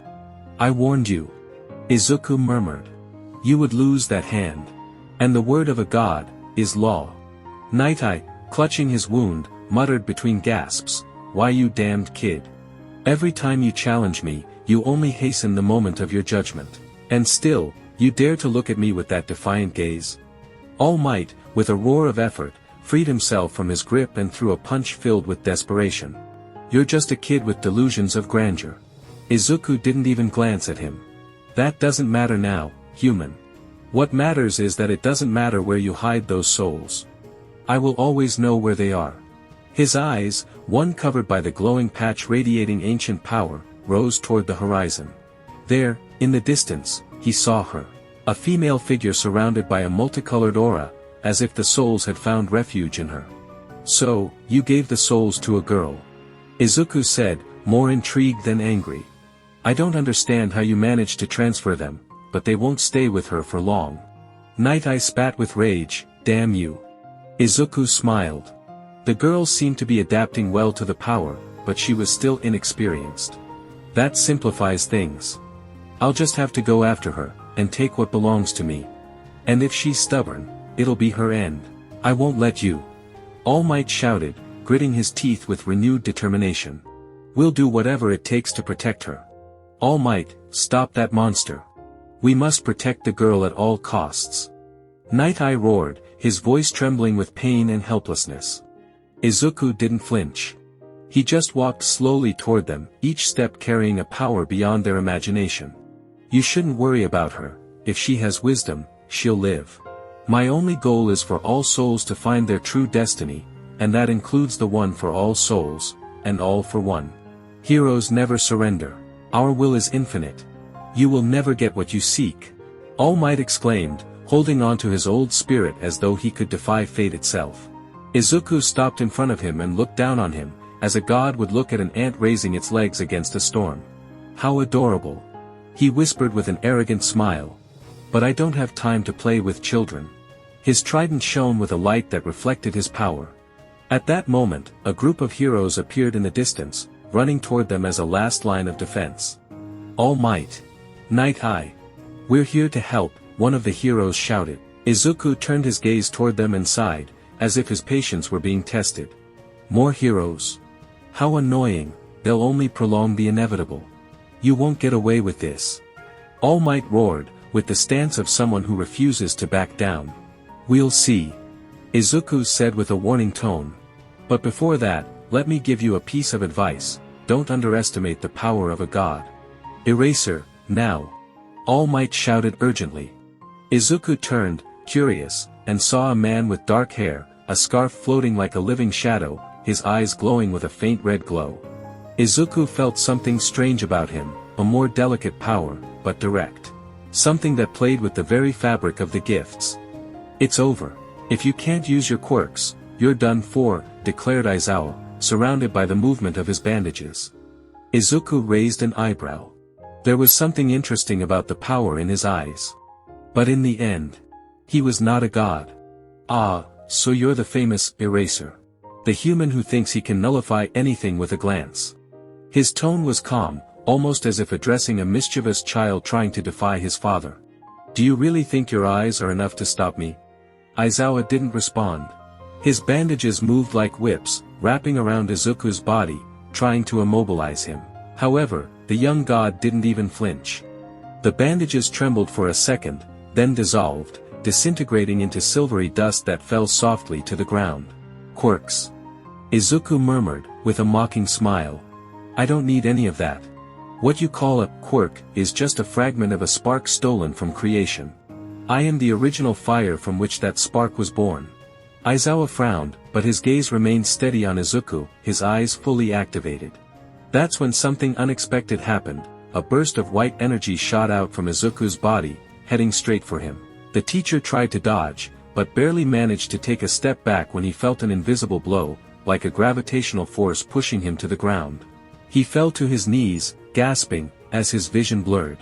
It wasn't a simple technique, it was as if the very universe itself was forcing him to surrender. Your eyes are impressive, human. But you can't deny what I am. Izuku approached slowly, his presence oppressive. I am the one who guards the boundaries of death. The balance between judgment and condemnation. I am the one who has seen the end of times, and still walks among you. The heroes who had arrived began to surround him, forming a perimeter. Ryukyu, in her dragon form and partially healed by a hero with a healing quirk, roared and charged without waiting for orders. Izuku raised his trident effortlessly, drawing a line in the air with a single movement. Everything stopped. Time seemed to slow for a moment, and then, Ryukyu was thrown violently into a building, her body crashing through the concrete as if it were paper. The roar shook the ground. Some heroes backed away. The dragoness was covered in wounds. She groaned with difficulty. "Damn, we thought that beast was the threat, but that kid is 1,000 times stronger." And she collapsed. "What are you waiting for?" Night Eye shouted. "We can't let him reach the girl." But Izuku already knew what they would do. He didn't need to see the future, he was destiny. He turned his gaze back to All Might and Night Eye. Blood continued to drip from the trident, hitting the ground and marking a trail of death. "You forced me to do this. You chose to cling to a power that doesn't belong to you. Now, you will pay the price." But then, a figure appeared floating in the sky. Her multicolored aura shone brightly, like a living flame refusing to extinguish. It was the successor, a young woman with golden hair, determined eyes, and a heart that still believed in hope. Her outfit was striking, a light blue long-sleeve shirt, fitting her body, a red skirt waving in the wind, skin-colored tights on her legs, firm red boots, and a scarlet cape fluttering behind her like a flag. But the most distinctive feature was the symbol on her chest, a large, glowing S, full of meaning. No introduction was needed. She was the remaining light. Izuku looked at her, and for the first time, his expression changed. It wasn't fury. It wasn't hatred. It was a hint of curiosity, and something else. "You," he murmured. "Are you the one carrying the souls? Or as they like to call it, all for one?" The young woman nodded. She was trembling slightly but did not look away. "I won't give you what you want. They were the legacy of the heroes who protected this world. And now, that duty is mine." Izuku smiled. But this time, it wasn't a mocking smile, it was one that bordered on respect. He could see it in her eyes. A pure heart, marked by suffering, but still wanting to protect even those who didn't deserve it. Brave, but still, foolish. He took a step forward and began to rise. Now, they were face to face, suspended in the air. "Come then, bearer of souls. And prove you are worthy of their wills." The air vibrated. They stared at each other in silence, suspended high above, while below, the heroes could barely breathe under the pressure emanating from the sky. Izuku slowly lowered his trident. It wasn't a sign of truce. It was respect, and a sentence. "Prove your will, heir." And she did. Melissa propelled herself with an explosion of energy, leaving a halo of light behind. Her fist glowed with the strength of dozens of generations past, all united in a single will. It struck directly against Izuku's chest, and the explosion shook the sky. The clouds shattered like glass, and a shockwave descended violently, crushing buildings and everything in its path. But Izuku barely moved. His body rotated slightly from the force, but there was no surprise in his eyes. "That hit had heart. But you lack power." With a fluid twist of his wrist, Izuku spun his trident and struck the air. He didn't touch her directly, but the blow compressed the wind with such force that it launched her like a bullet. She recovered mid-air, spinning as she flew, and unleashed a barrage of punches at blinding speed. Each punch exploded with golden sparks, the power of one for all vibrated intensely between her knuckles. Izuku blocked them all with a single hand. Unfazed. Melissa's power was impressive. But not enough to defeat him.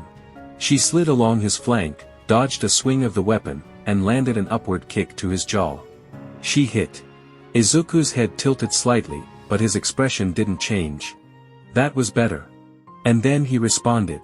He grabbed her wrist and, without warning, threw her into the sky with such force that they broke the sound barrier. A halo opened behind them, as if the air itself couldn't keep up with their pace. There, above everything, among the electrified clouds, Izuku released her and threw a single punch. A dry punch. Precise. Devastating. It pierced her defense as if it didn't exist.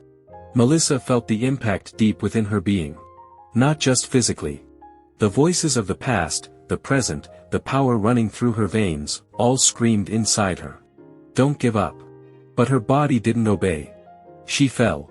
like a wounded star, streaking through the sky in flames. The golden glow of one for all flickered, stained with red. And in the end, her body crashed to the ground with a deafening thud that shook the battlefield. The heroes rushed to her, but stopped. Because Izuku began to descend. Izuku landed slowly, his silhouette divine. He found her there, among the rubble, her body trembling, her face covered in blood, but with a faint smile. "You're strong, Melissa Shield." She barely lifted her head, her eyes still open, gleaming with the spark of faith. If she hadn't had broken bones, she would have definitely kept fighting. "You didn't even tell me your name. Are you really a god?" Since he had come to this world, no one had called him that. They feared him, hated him, cursed him. But for the first time, a human saw him for what he truly was. "I think you already know the answer." Melissa gave a sad smile. She raised her trembling hand toward the sky. "Do I really have to give you the one for all?" There was sadness in her voice, not just because of the defeat, but because her whole life had been a struggle to be recognized, to be someone. She was born without a quirk. She was marginalized. And now, when she finally had power, she had to let it go. "It's my duty, after all. I am the god of death." That surprised the girl. "Take my hand," she said weakly. Izuku took her hand. He felt the souls he had come for. But also something else. A doubt he hadn't expected. His heart, which he thought was firm, held hesitation. "Rest. We'll talk about this another day." Weeks had passed since that battle. We find ourselves on a highway where cars passed without a problem. Everything was peaceful, until a bright light appeared in the sky, plummeting directly toward the asphalt. The impact was brutal. The object crashed onto the road with immense force, causing many drivers to slam on their brakes and triggering a few minor accidents. Smoke rose like a thick cloak, covering the area and leaving everything in an expectant silence. Slowly, the mist dissipated, revealing a crater at the center, from which a hooded figure emerged. They rose slowly, scanning the area with an inhuman calm while humans began to surround them, some impressed, others in disbelief, and a few in fear. "Hee, looks like the world has changed," they murmured in a sing-song, cheerful voice. The tall figure, draped in a black cloak with a hood that barely revealed her face, rose from the smoking rubble of the crater. Her eyes glowed with an unnatural golden light, while the energy around her rippled like heat above the asphalt. A new god, or rather a goddess, had arrived on Earth. "Now, where could that boy be?" she added, leaving the sentence hanging in the air with a playful tone, as if the search were a game rather than a mission. Ignoring the helicopters watching her from a distance and the heroes still trying to cordon off the impact zone, she jumped out of the crater with superhuman ease. Her body rose as if gravity itself were avoiding her, and she landed gracefully on one of the nearby main streets. Wherever her feet touched the ground, the atmosphere shifted. The air grew dense, the streetlights flickered, and pedestrians instinctively stepped aside. Her presence wasn't just physical, it was spiritual, imposing, as if she carried with her an ancient shadow burning like the sun itself. She passed by a shop where a colorful sign on a post caught her attention. "Book fair," she tilted her head with a soft smile. Well, Izuku always liked reading. She gently took the sign, examining the time and location.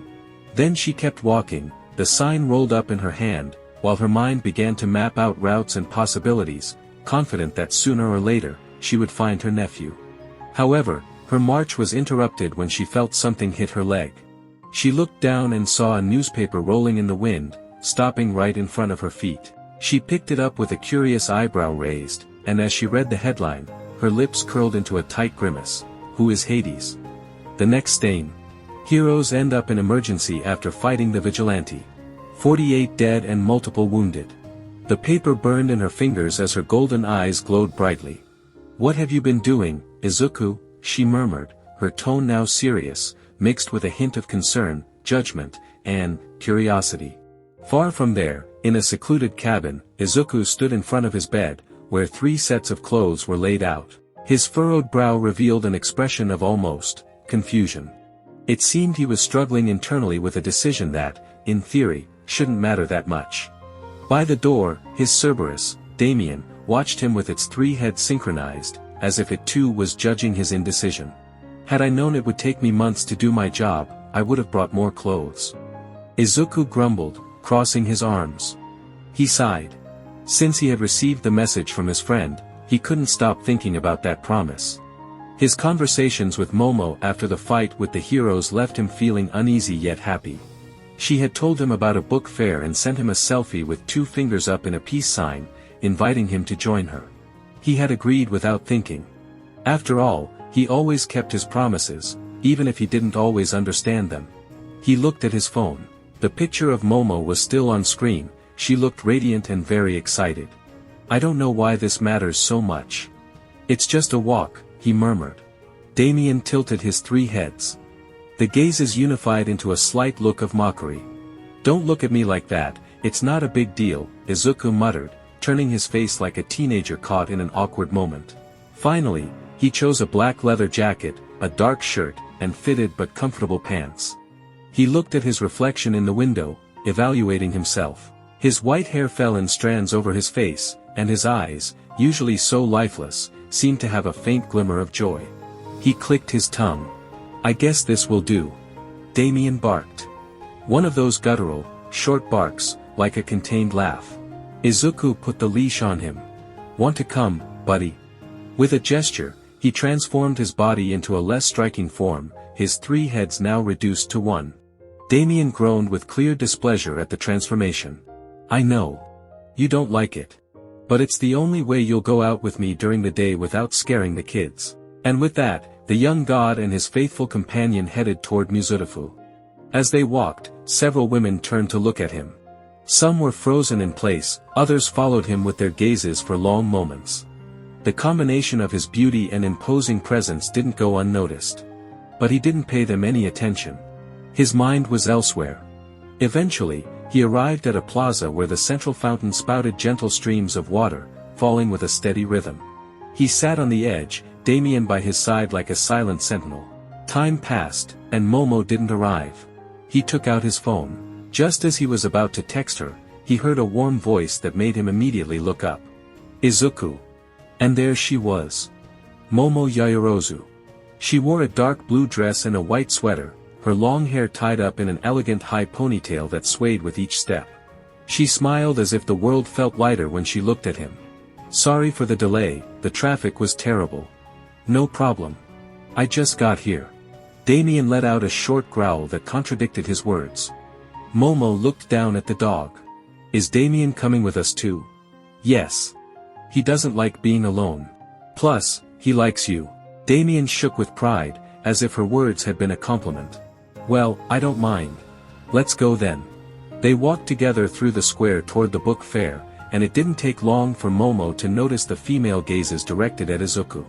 Some women whispered to each other, others blatantly scanned him from head to toe, and a few even bit their lower lip.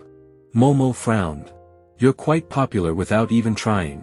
What are you talking about? He asked, tilting his head slightly, genuinely confused. She sighed, looking away toward a vague spot on the ground. Nothing. Forget it. She crossed her arms in an annoyed gesture, and although her expression didn't say it, her body language spoke volumes. Izuku noticed. Of course, he noticed. But, as always, he didn't say anything. He had never been good at reading human emotions.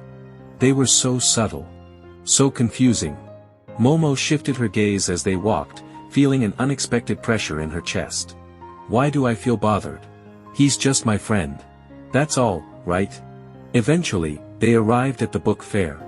The air smelled of fresh ink, old paper, coffee, and stories. A long avenue stretched before them, flanked by shelves full of books. Authors signed copies under colorful tents, small stages hosted lively talks, and groups of children listened to tales of fantastical adventures. For Momo, these kinds of events were familiar. She had visited them since she was little. But walking through the fair with Izuku felt different. Every step they took together carried a special weight, an intimate rhythm that slid between the open pages of the environment. He didn't seem uncomfortable, but it was clear he was new to this world. His sharp eyes, like those of a hawk, captured every detail with a mix of curiosity and caution. As if he wasn't just observing, but learning. Momo smiled without realizing it. It's not the same coming here alone. As it is with him. Come on, Here are some books I think you'll like, she said with enthusiasm. She took his hand with surprising naturalness. She didn't think about it. She just did it. Izuku, without saying anything, allowed himself to be guided. He felt the warmth of her palm, the soft rhythm of their steps, and for a moment, the mortal world felt less foreign. Damien followed them like a faithful shadow, his single head turning quickly at every new stimulus, sniffing the air, wagging his tail as if the place were a paradise of smells and sounds. Look, Izuku. This stall has books on Greek mythology. He raised an eyebrow in interest. He approached the shelf and took one of the books, flipping through it with precise movements. He stopped at an illustration. His father. Or at least, a distorted and sinister version of him. Twisted horns, fire coming out of his eyes, chains all over his body. Wow, he looks quite different here. Different? Nothing. Just that representation's very depending on the author. Momo nodded, not noticing the restrained tone in his voice. She kept searching through the titles, pulling out another book with an excited smile. Oh. This is about the history of antiquity. It has detailed information about the Roman Empire and its military tactics. Izuku took it with one hand, flipping through it with his usual seriousness. He turned the pages slowly, analyzing. Not bad. Although they've romanticized a lot of things. What do you mean? Humans tend to embellish or dramatize their own history. Especially when it comes to their conquests. Sounds like you're speaking from experience. The glance he gave her was brief. His eyes barely glimmered for a second before he closed the book and put it back on the shelf. Let's just say I've read quite a bit. Not to mention that my cousin Athena always tells me that knowledge is the best weapon, or rather, forces me to attend her more private conferences, he thought with an internal smile. Momo gave him a curious look but decided not to press. She got carried away with the excitement of finding another shelf. Oh, look, here are books on action and romance. I love these kinds of stories. Izuku approached, observing a title that caught his attention. He took it and muttered with interest, The Hero Who Returned from Hell. Quite an interesting title. Momo turned quickly upon hearing it. Wait, they have it here. Yes, here it is. He offered her the book without any drama, but with a slight smile. She held it as if it were a treasure. I've been looking for this for months. It was such a popular book in its time. How much for the book? Asked Izuku to the vendor, still watching Momo, who was flipping through the first pages as if touching something sacred. Some time later, they continued walking between the stalls, accompanied by the constant sway of their bags filled with books. They shared opinions, laughed at some titles, and discussed poorly designed covers. Izuku, without noticing, smiled more than usual. Maybe. This isn't so bad. Come on. Momo exclaimed, gently tugging on his arm. There's a cafe inside the fair. We can sit for a while. He nodded without hesitation. The place had a warm vibe, like something straight out of a novel. Wooden tables, rustic decor, windows letting in the soft light of the afternoon. They sat near the window, Damien settled under the table, and for the first time, Izuku felt comfortable. I'm glad you came. I thought maybe you wouldn't be interested in events like this. It's not that I'm not interested, he replied, looking around calmly. It's just that I'm not used to attending things like this. She nodded, flipping through the menu, just as a short-haired waitress with glasses approached. Upon seeing Izuku, her cheeks turned red. She tried to keep her composure, but her eyes couldn't stop scanning every feature of his face as if she were looking at a Greek sculpture. Welcome. What would you like to order? A black coffee for me, please. Momo noticed the girl's reaction. Her lips tightened. And you, sir? Same. The waitress nodded quickly, still not stopping her gaze from lingering on Izuku. Then she walked away with awkward steps. Momo pressed her lips tighter. Looks like you attract attention without meaning to. He looked at her with an arched eyebrow. Again with this? Since we arrived, several women have been looking at you. Why? He asked, genuinely confused. I'm just here for the books. She stared at him for a few seconds. And then let out a soft chuckle. Maybe because you're attractive. Izuku blinked. Huh. Momo's face immediately turned red. She cleared her throat and looked away. I mean, You have a mysterious aura. That could attract some girls. He kept his gaze on her for a moment longer before shrugging. Well, I'm not interested in any of those women anyway. The relief was as immediate as it was confusing. Momo didn't know where it came from, but she felt it. A warm feeling in her chest. It was perhaps that sensation of butterflies, like her mother had once told her would happen when she found love. And what kind of girls catch your attention? And she said it. She said it out loud. Oh no. Momo blinked. She wished the ground would swallow her at that moment. But Izuku, as if he didn't understand the gravity of the comment, responded naturally. A strong woman, one who doesn't break under adversity. He was thinking about Melissa. Her determination. Her iron will had left him in awe. Momo noticed it. That fleeting glance. That was a memory that didn't include her. But then he looked at her, directly in the eyes. And she should also be honest and kind. Not abuse her status. Just like you. And in that instant, Momo was about to let out a squeal of happiness. Just then, the waitress returned with the coffees, smiling kindly, but with her eyes fixed on Izuku. Momo saw it. She felt it. And although her heart was still pounding from what he had said, another sting of annoyance struck her like lightning. Determined to ignore it, she delicately took her cup and added sugar. The spoon clinked in the coffee, as if marking the rhythm of an emotion she still didn't know how to name. So, what do you think of the event so far? It's interesting, he replied after taking a sip of his drink, although I'm surprised by how many books on mythology there are. Well, a lot of people are fascinated by the mystical and divine, Momo said with a calm smile. Izuku smiled ironically. If they only knew how different reality is, he murmured. Momo gave him a curious look but decided to let it go. Izuku took the cup to his lips. As soon as he tasted the contents, he frowned and pushed it away. Bleh. This tastes weird. Momo chuckled at his reaction. Maybe you should add some sugar or milk. Izuku looked at her confused. You put that in it? I thought you just drink it as is. You seriously need to see more of the world. You must have lived in a cave your whole life. She looked at him with a small smile, a slight blush coloring her cheeks. You really are attractive and cute, she thought, still smiling. Izuku noticed and tilted his head curiously. Do I have something on my face? Momo blinked, snapping out of her thoughts. And no, I just found it funny that you didn't know how to drink coffee. He looked at her intently for a moment, then shrugged and grabbed the sugar packet, pouring it carelessly into the cup. Is this okay? She watched in horror as half of the packet fell into the liquid. No, no, no. Too much sugar will ruin it. Izuku looked at her in silence, stirred his coffee disinterestedly, and took a sip. Momo watched expectantly. It tastes better, I guess. She smiled, a bit confused. See? It wasn't that hard. After the coffee, they continued enjoying the fare as Momo, with a big smile, talked about the books she liked. Izuku watched her with tenderness, like he was looking at a happy little girl. She noticed his gaze and tilted her head with curiosity. Why are you looking at me like that? Nothing, just that you look like an excited little girl talking about her favorite stories. Momo puffed her cheeks out, pretending to be upset. I'm not a little girl. Sure, Izuku replied with a barely visible teasing smile. Momo looked at him with narrowed eyes, but she couldn't help but smile too.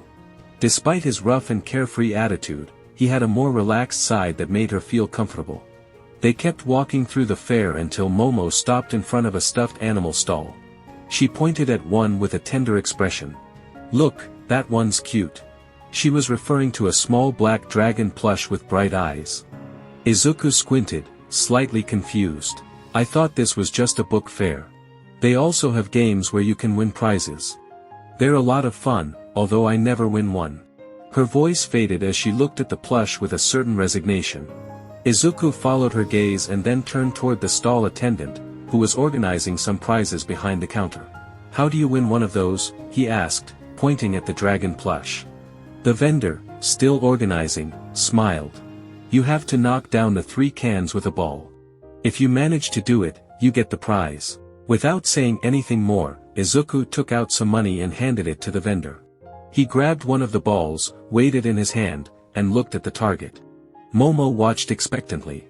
Are you going to try? Yeah. It doesn't seem that hard. With a quick and precise movement, he threw the ball. The 3 cans fell instantly.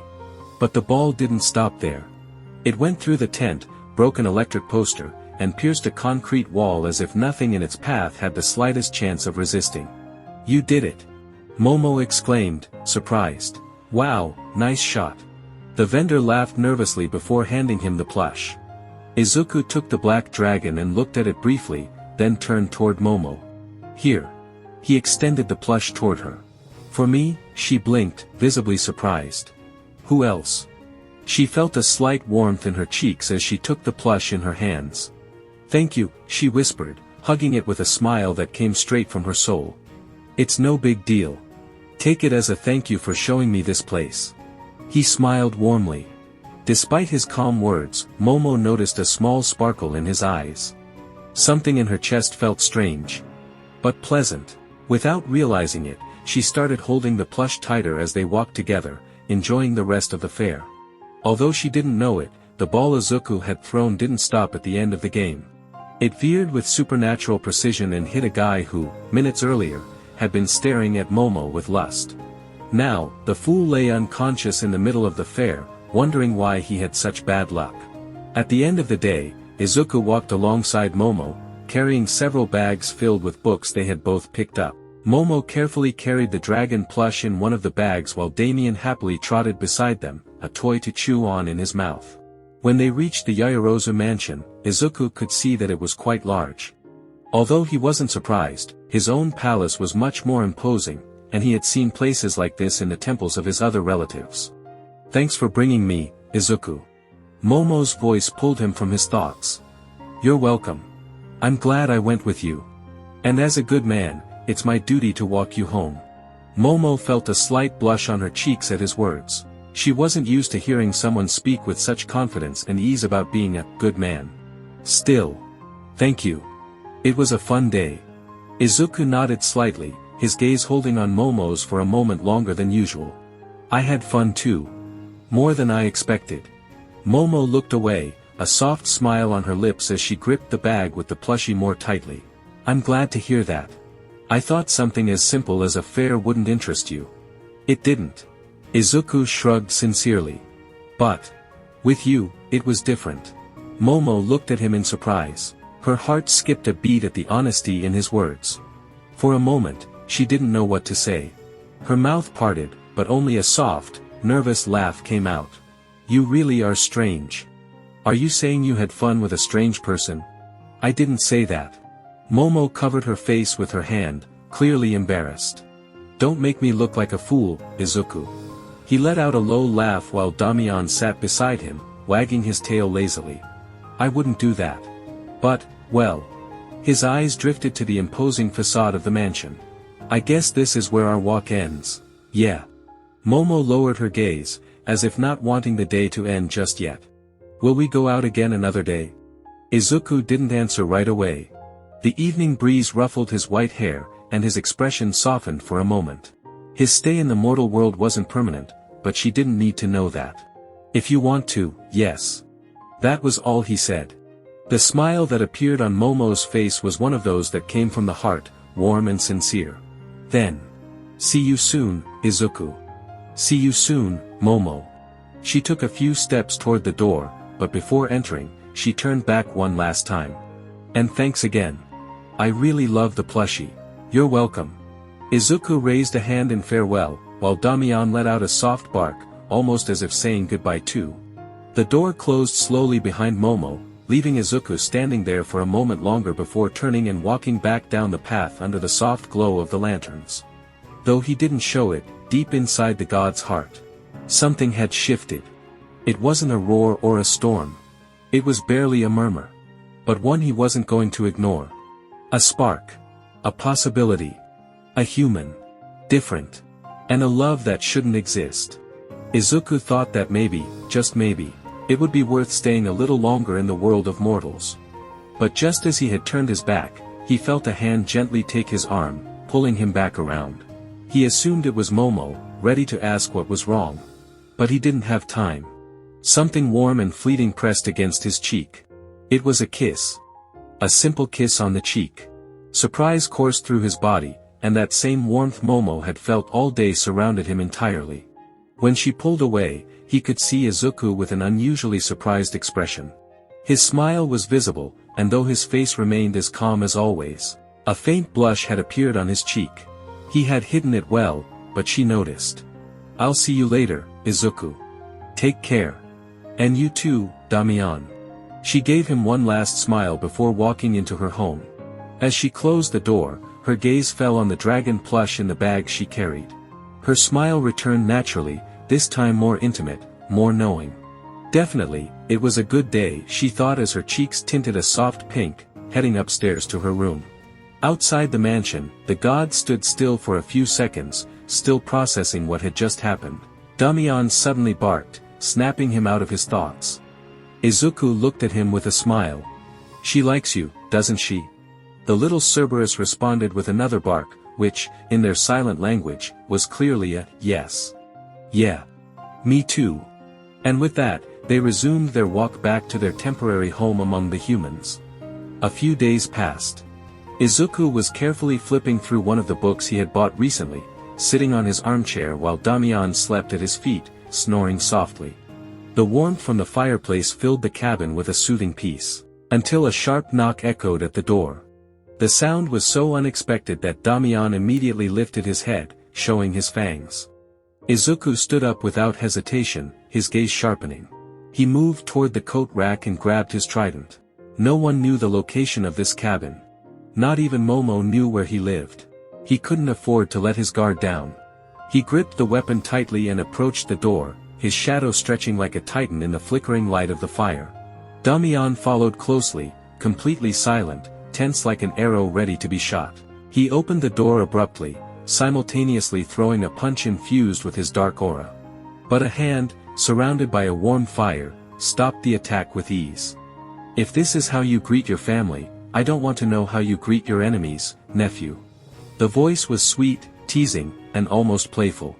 Izuku looked up, surprised. A head of red hair, with a lock playfully falling over the forehead, framed a serene and wise face. It was Hestia, the goddess of the home. His dear aunt. "What are you doing here, aunt?" he asked, narrowing his eyes. He loved her, yes, but her visit could only mean one thing, bad news. "Really? Not even a, come in?" She huffed softly, stepped aside, and Hestia entered without waiting for permission, as if the cabin were hers. She glanced around curiously while Izuku closed the door behind her with a quiet click.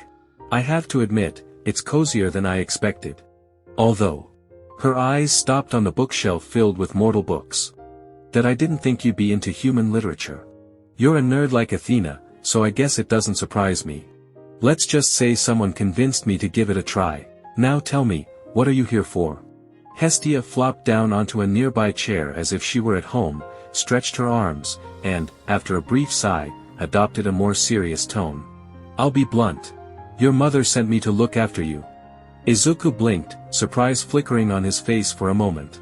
"Mom? How is she?" "While you've been gone, fine. But recently? Not so good."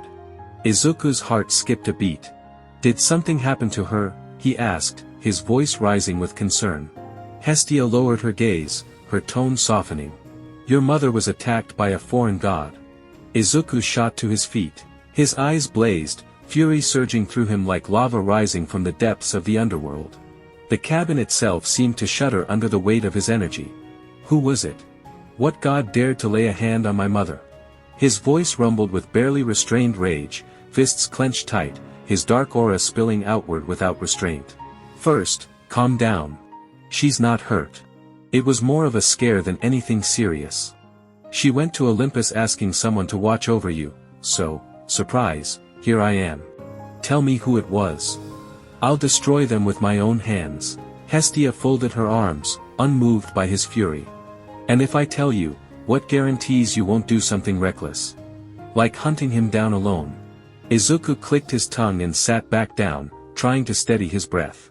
Hestia took the opening to shift gears. "Your mother also told me what you're here to do. I didn't think collecting 8 souls would take you this long.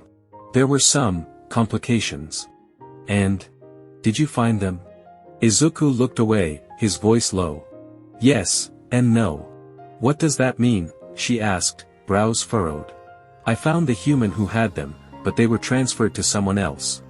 I'm already working on getting them back. Hestia gave a small nod, her expression unreadable. Then she glanced down at her hands, pulling a wrinkled newspaper from her cloak and dropping it on the table with a firm thud.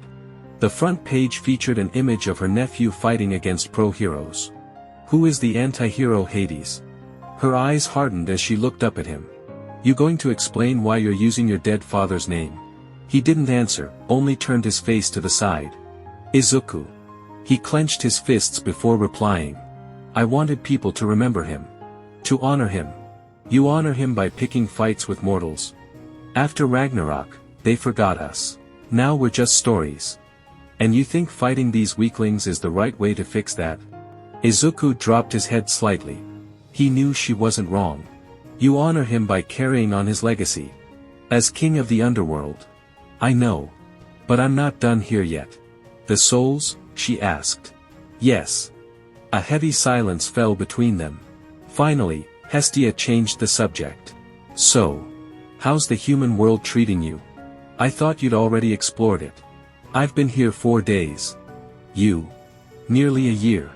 It's nothing special, though Uncle Zeus was right. About what? Humanity is awful. And now with these quirks. I don't know if they've improved or gotten worse. Hestia let out a bitter laugh, eyes clouded. They've always been that way. But I've found some exceptions. Oh? She asked with genuine curiosity.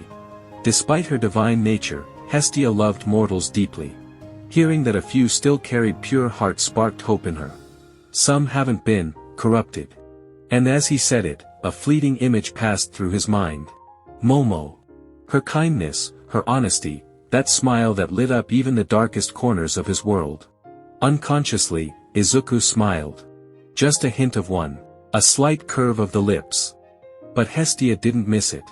She eyed him closely, her brow lifting. That kind of smile wasn't random. She already knew what came next. Izuku, you're not falling for a human, are you? He blinked, caught off guard. Huh? What are you talking about, Auntie? She narrowed her eyes, arms slowly crossing as she studied his every twitch. Don't play dumb. I know that look. It's the same one your father had whenever he spoke of Persephone. The name hit like a stone to the chest. Izuku's expression darkened, discomfort rising in his chest. I don't know what you're talking about. There's no human I care about like that. Then explain why you've got that dumb look on your face. I do not have a dumb look, he snapped, his cheeks suddenly red. Gods and mortals can't be together. You know that, Izuku. But he clicked his tongue in frustration and slumped back into the chair, arms crossed defiantly. Don't hit me with that divine law crap. And even if those rules exist, there are always exceptions. And most of them end in tragedy. Or do I need to remind you what happened to Orpheus and Eurydice? That name stung. Like a thorn buried deep in memory. Izuku looked down, fists tightening. He didn't reply. Hestia saw the pain in him and let her tone soften just a bit. Humans die, Izuku. You won't. Do you really want to live knowing that she'll age, that she'll disappear one day, while you're still here, alone? You're a god. Your existence is eternal. Hers is a fleeting moment. He gritted his teeth. That's what I used to think, until my father, Uncle Poseidon, and cousin Hercules died in Ragnarok. Tell me, weren't we supposed to be eternal? Then why aren't they here anymore? Hestia went quiet. There was no argument to counter that. Ragnarok had proven even gods could fall. She sighed deeply, her voice softening further. Look. I didn't bring this up to hurt you. I just don't want you to suffer by falling for a mortal. Izuku shot her a cold look. I already told you, Momo doesn't matter to me like that. Her eyes gleamed, sharp and amused. So that's her name. Izuku muttered under his breath. Shit. Hestia let out a dry, knowing laugh, arms folding again. So, Momo, huh? Not a bad name for a human who managed to catch your attention. He turned away, clearly annoyed. I don't know why you're so fixated on this. Momo is just an exceptional human, that's all. But Hestia wasn't buying it. Don't play dumb with me, boy. I know what love looks like. I'm one of the few goddesses who can feel it, in everyone. And that includes you. Izuku felt an uncomfortable warmth crawl through his chest. He wanted to pull away, to change the subject. But he didn't. Let's say you're right. What's so wrong with that? Hestia let out a long sigh, as if she'd been expecting that question from the very beginning. Because gods and humans are not meant to be together. It's a cruel truth, one that history keeps repeating. And believe me, the gods who truly loved a human never got a happy ending. There you go again. Izuku muttered, his eyes dropping to the floor. Silence settled between them, thick and heavy. Then she broke it, her voice lower now, laced with an unexpected melancholy. I'll tell you something I've never told anyone. Not even my mother. Izuku looked up, caught off guard. Hestia's gaze was distant, as if digging through a memory buried deep in some long-forgotten corner of her heart. There was a time when I grew fond of a human too. He straightened, visibly surprised, but she didn't look at him. And it wasn't a man.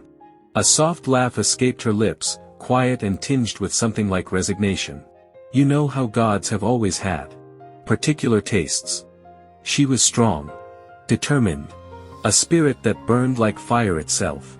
She raised a hand, and from her palm flickered a small flame. Within it, a woman's silhouette took shape, delicate and fierce. I felt connected to her the moment we met. She wasn't just another mortal. She was a warrior. The kind even gods would respect. Izuku swallowed hard. His chest tightened as if something unseen had wrapped icy fingers around his heart. And what happened to her? The question came out softer than he'd expected, almost afraid of the answer. Hestia didn't answer right away. Her face, usually serene or playful, twisted into something bitter and broken. One single tear rolled down her cheek, quiet and heavy, dragging centuries of unspoken pain with it. She didn't wipe it away. Moved by something beyond compassion, Izuku leaned forward and wrapped his arms around her. There was no force in the gesture, only reverence. As though he feared she might shatter in his embrace. She didn't resist. Instead, she rested her head on his shoulder and returned the gesture with a gentle warmth. But it was the warmth of a flickering flame trapped in an icy cavern. She lived. And died, like any human, Hestia murmured, her voice so faint it nearly dissolved into silence. It didn't matter how much I loved her, how hard I tried to keep her close. No potion, no plea, no divine will could change her fate. It was sealed the moment she was born. And when she took her final breath, I was still here. In a world she no longer existed in. The silence that followed was suffocating, the kind that pressed on your chest and made it hard to breathe. Izuku couldn't speak. There was a knot in his throat, tight and throbbing. For the first time, he truly understood what it meant to love someone whose life would pass in the blink of an eye. Then Hestia's voice cut through the stillness, deeper now, like she was speaking from the depths of a wound that never closed. It's a punishment, Izuku. Loving a human is an eternal, cruel punishment for a god. Because they will die. And you won't. Tell me, do you really want to live forever with that emptiness? Wouldn't it be better to just wish her the best and let her live her life? Because the pain won't just be yours. She'll suffer too. Believe me, I know. Hestia closed her eyes, and the image of a dying woman, filled with sorrow and love, flooded her memory with unbearable weight. Izuku didn't respond.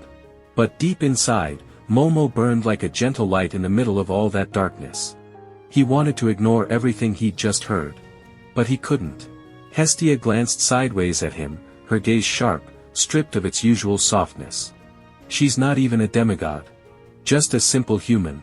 I know it hurts, but it's better to let go of whatever you feel for her. He turned away. The discomfort churned in his stomach like a shapeless beast. He knew his aunt was right. But something inside him refused to be silenced by her logic. Momo is different, he murmured, his voice steady. I'll find a way to make it work. Hestia gave a bitter smile.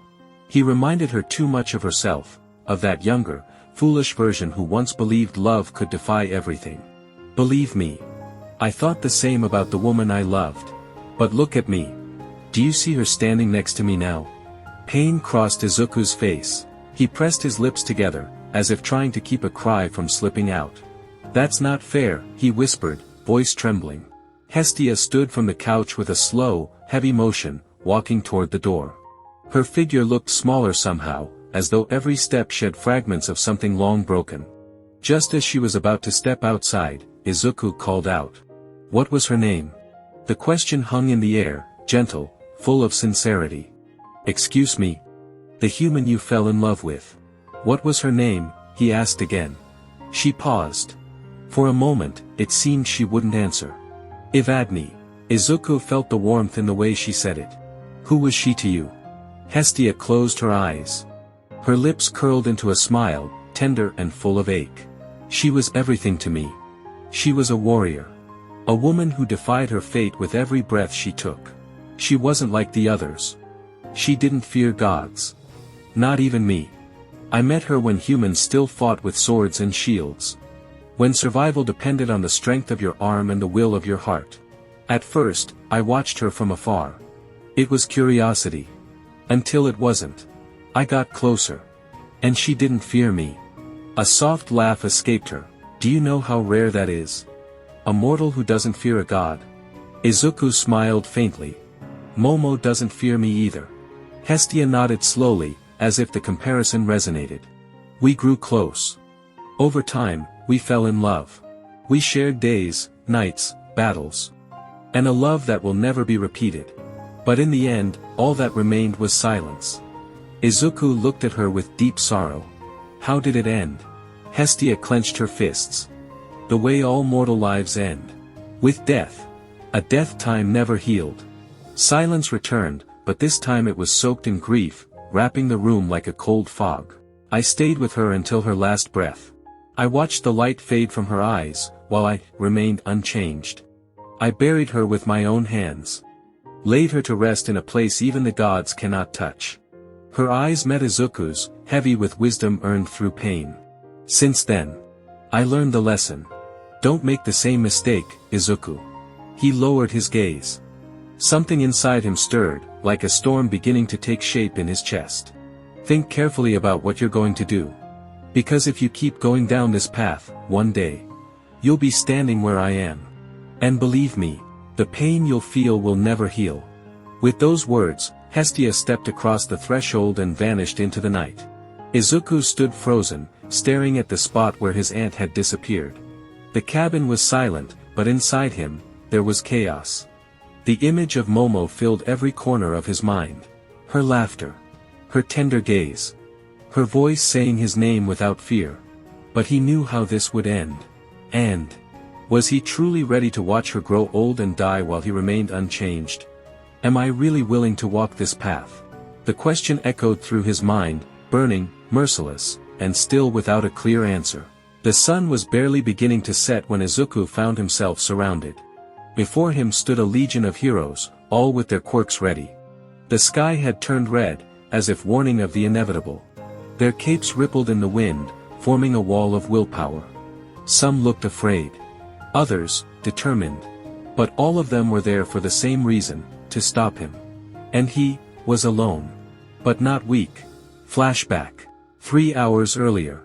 High atop a building, with the city stretched below like a tapestry of twinkling lights, Izuku stood beside Melissa. The wind tugged at their hair, and silence wrapped around them. "Tell me," he murmured, eyes fixed on the horizon. "Are you ready to say goodbye to your power?" Melissa looked at him, and a gentle smile curved her lips. "Yes. Even if All Might and the previous users are against it. I know it's the right thing to do." Izuku didn't respond right away. His eyes studied her carefully. This mortal girl had the soul and conviction of a warrior.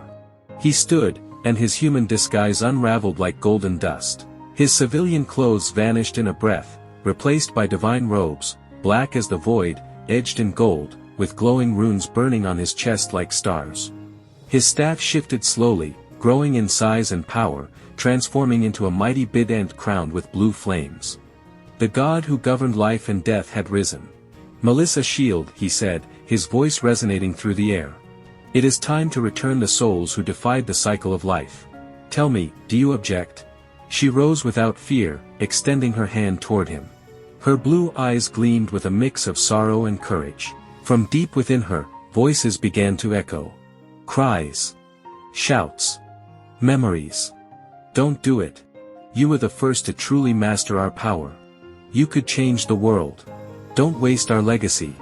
The previous wielders of One for All surged within her, one by one, resisting their end. But Melissa closed her eyes, took a deep breath, and spoke with a calm that dissolved their rebellion. I'm doing what's right. Your time is over. Please, respect my decision. It's time for you to rest and let the new generation guide the future. One by one, the voices faded, like leaves caught in the wind. When she opened her eyes, a sphere floated above her palm. It was beautiful. A swirl of pure colors spinning like galaxies trapped in crystal. It pulsed with the essence of generations of sacrifice. Just promise me, she said, her voice cracking just slightly, that they'll rest in peace. Izuku reached out. He touched the sphere with almost reverent calm. I promise. Then he crushed it. The sphere shattered silently.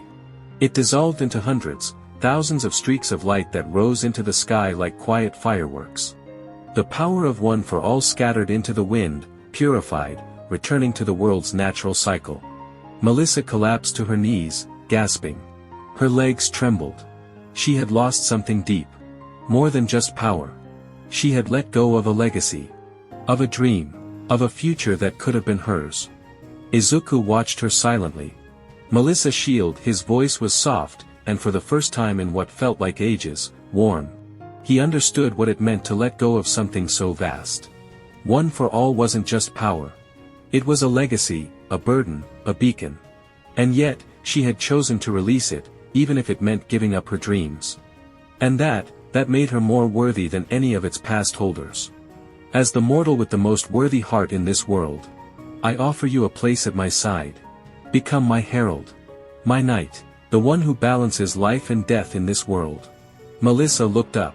Her eyes shone with overwhelming surprise, and hope. Are you serious? I saw you reject glory without hesitation. Not out of fear, but out of compassion. That makes you worthy. So tell me. Will you accept my will? She swallowed, took a deep breath. Looked toward the sky, where the last lights of One for All still shimmered before vanishing. Then, with conviction, she turned back to him. Yes. I accept. And in that instant, the world shifted. A pulse of energy expanded around them, as though the fabric of the universe acknowledged her decision. Izuku's divine essence flowed into Melissa gently, wrapping her, cleansing her of mortal bonds without stripping away her humanity. Her old hero suit was engulfed in threads of gold, like strands of starlight weaving a new form. Sacred armor formed over her body, light as wind, strong as the earth's core. A white mantle draped over her back, etched with cosmic symbols pulsing with pure energy. Then she felt it, the particles spinning across the planet, tiny sparks of infinite power. The energy of the cosmos. And she heard its voice. It has been a long time since a mortal wore divine armor. Now, you are worthy of the power of the stars. Melissa dropped to one knee, overwhelmed by the magnitude of what she had just received. Thank you. Izuku-sama. He stepped closer, serious, and tapped her forehead with his knuckles. She flinched and rubbed the spot with a little pout. Why'd you do that? Heh. You're not my subject, Melissa. You're my ally. My right hand, and someone I respect. And I consider you a friend. A couple of tears slipped from her eyes. Without thinking, she hugged him tightly, holding on to him with pure gratitude. Izuku stood still for a second, then gently pushed her away. Only his mother and Aunt Hestia had ever touched him like that without making him uncomfortable. But he said nothing. He just looked at her with a soft smile. Then his phone buzzed. A number he knew too well. It was Momo.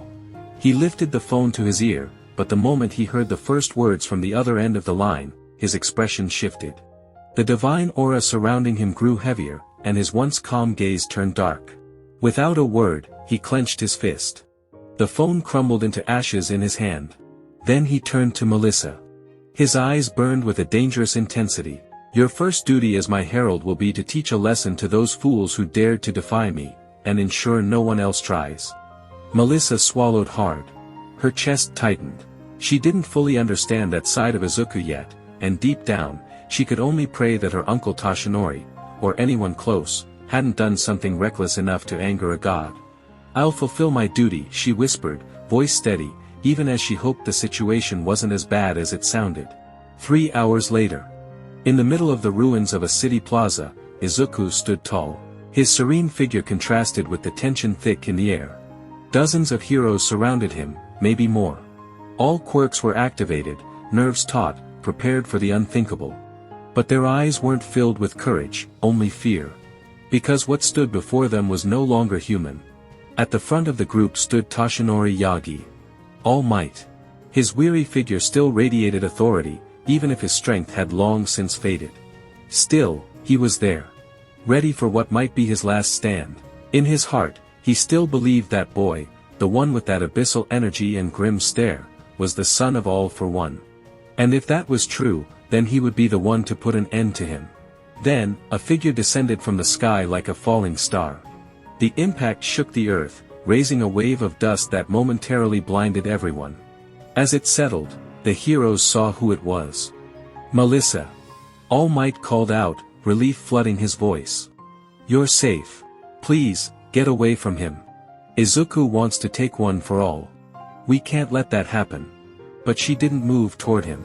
She walked calmly, and took her place by Izuku's side. The world held its breath. "Melissa, what are you doing?" All Might asked, barely above a whisper, unable to believe what he was seeing. Izuku raised his bident. His gaze was cold. Unforgiving. He was ready to spill the blood of the insects who dared to threaten him. Judgment has begun. Only those who kneel will be spared. No one did. Silence blanketed the plaza. Not a single hero bowed. Some trembled. Others bit their lips. But no one knelt. All Might clenched his fists. His throat was dry, his heart pounding. "Melissa. Come here. Now," he said, voice steady and firm, leaving no room for argument. "He's not who you think he is." She looked at her friend and master for only a moment, then turned back to her uncle. Her face was calm now, her eyes filled with conviction. "No. He's exactly who I believe he is. And because I still respect you, I'll ask you to surrender. It's the only way to save yourself, and the others." A murmur of disbelief spread among the heroes. All Might's fists tightened, his muscles bulging. He knew he had to end this quickly. The last remnants of One for All wouldn't last long. Izuku stepped forward. One footfall cracked the ground beneath him. That alone was enough to make many gulp. It was clear, not everyone would survive what was coming. "You've chosen not to surrender. So be it." His bident ignited with black flames, and for a moment, the sky turned crimson. Beside him, Melissa raised her hand. Energy gathered in her fist. When she closed it, a beam of light shot skyward, engulfing her in radiant power. When the glow faded, she wore armor. And in that moment, the war began. The judgment of the gods upon false heroes had started. Melissa lunged forward. All Might followed. Their fists collided. And from that instant, only one side would emerge victorious. 4 hours later. The ground was littered with bodies. The air smelled of ash. Many heroes lay dead, others wounded beyond healing. Izuku sat calmly atop a pile of rubble, and beneath him, some of the world's mightiest protectors, now reduced to nothing but dust. To many, what he had done would seem monstrous. But to him, it wasn't cruelty. They had chosen death, and their greatest sin was capturing the human who had stolen his heart. In front of him, All Might could barely move. Blood trickled from his wounds, his breathing was labored. Melissa held him by the neck, not squeezing hard, just enough. Her eyes glowed with a power still new, but ancient in its weight. Why did you side with that monster?" Toshinori choked out. "Looking for someone to blame." Melissa replied, her voice trembling with restrained anger. "Blame yourself, Uncle Toshi. Izuku-san gave you so many warnings. He gave you chances. But out of pride, you kept refusing to listen." Her hand glowed with a white aura. She was still inexperienced, but the cosmos had started to respond to her. A soft wind circled her, as if the universe itself was listening. "You may never forgive me, but if it means anything, I swear I'll keep the world in balance. I will be the new symbol of peace." Toshinori, blood on his lips and soul shattered, summoned what little pride he had left, and spit in her face. "Traitor! I gave you everything, and this is how you repay me." The spit marked her cheek, but Melissa didn't flinch. There was no hatred in her expression. Only profound sorrow for someone she once called family. "I'll always remember you, Uncle Toshi." And with one punch, wrapped in cosmic light, she ended the life of the man she had once admired above all. His body didn't fall. It dissolved into golden particles, floating away like sacred ash in the wind. A fitting end for a symbol, though perhaps not for a hero. Tears fell in silence. She collapsed to her knees, fists clenched, chest hollow. "Why didn't you surrender, Uncle?" she whispered, voice so fragile it barely reached the air. She knew now. She could see souls. And his had been withered, broken, stained by a darkness that spiraled out of control. He was no longer Toshinori Yagi. Not completely. And maybe, just maybe, in the end, she had saved him from himself. A gentle warmth pulled her from the trance. Fingers ran softly through her hair. She looked up.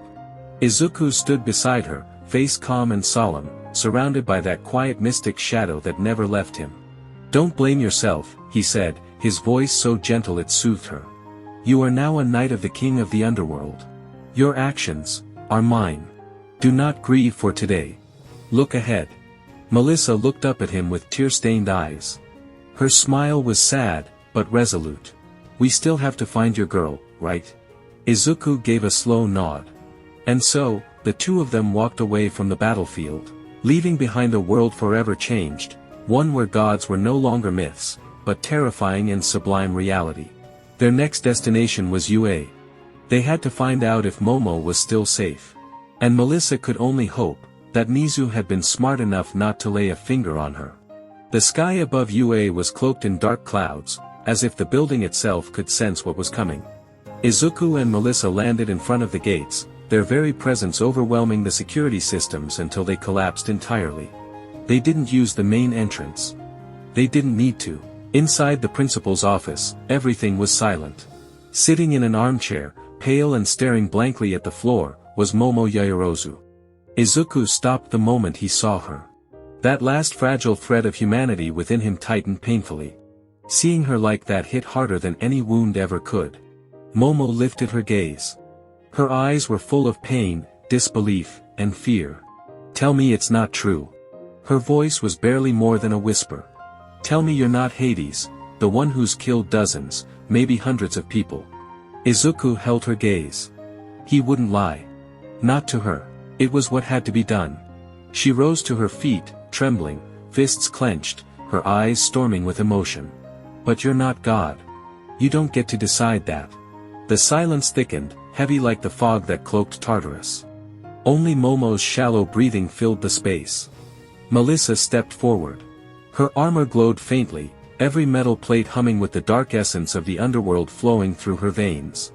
"He doesn't seek to be a god. He is one. And yet, he would still burn the world to the ground, for you." But Momo didn't take her eyes off Izuku. "Only he mattered now. And me? What am I to you then? Just another one of the living, someone you decided to spare, or abandon. Tell me, was everything between us just a distraction to you? Was any of it real?" Izuku closed his eyes.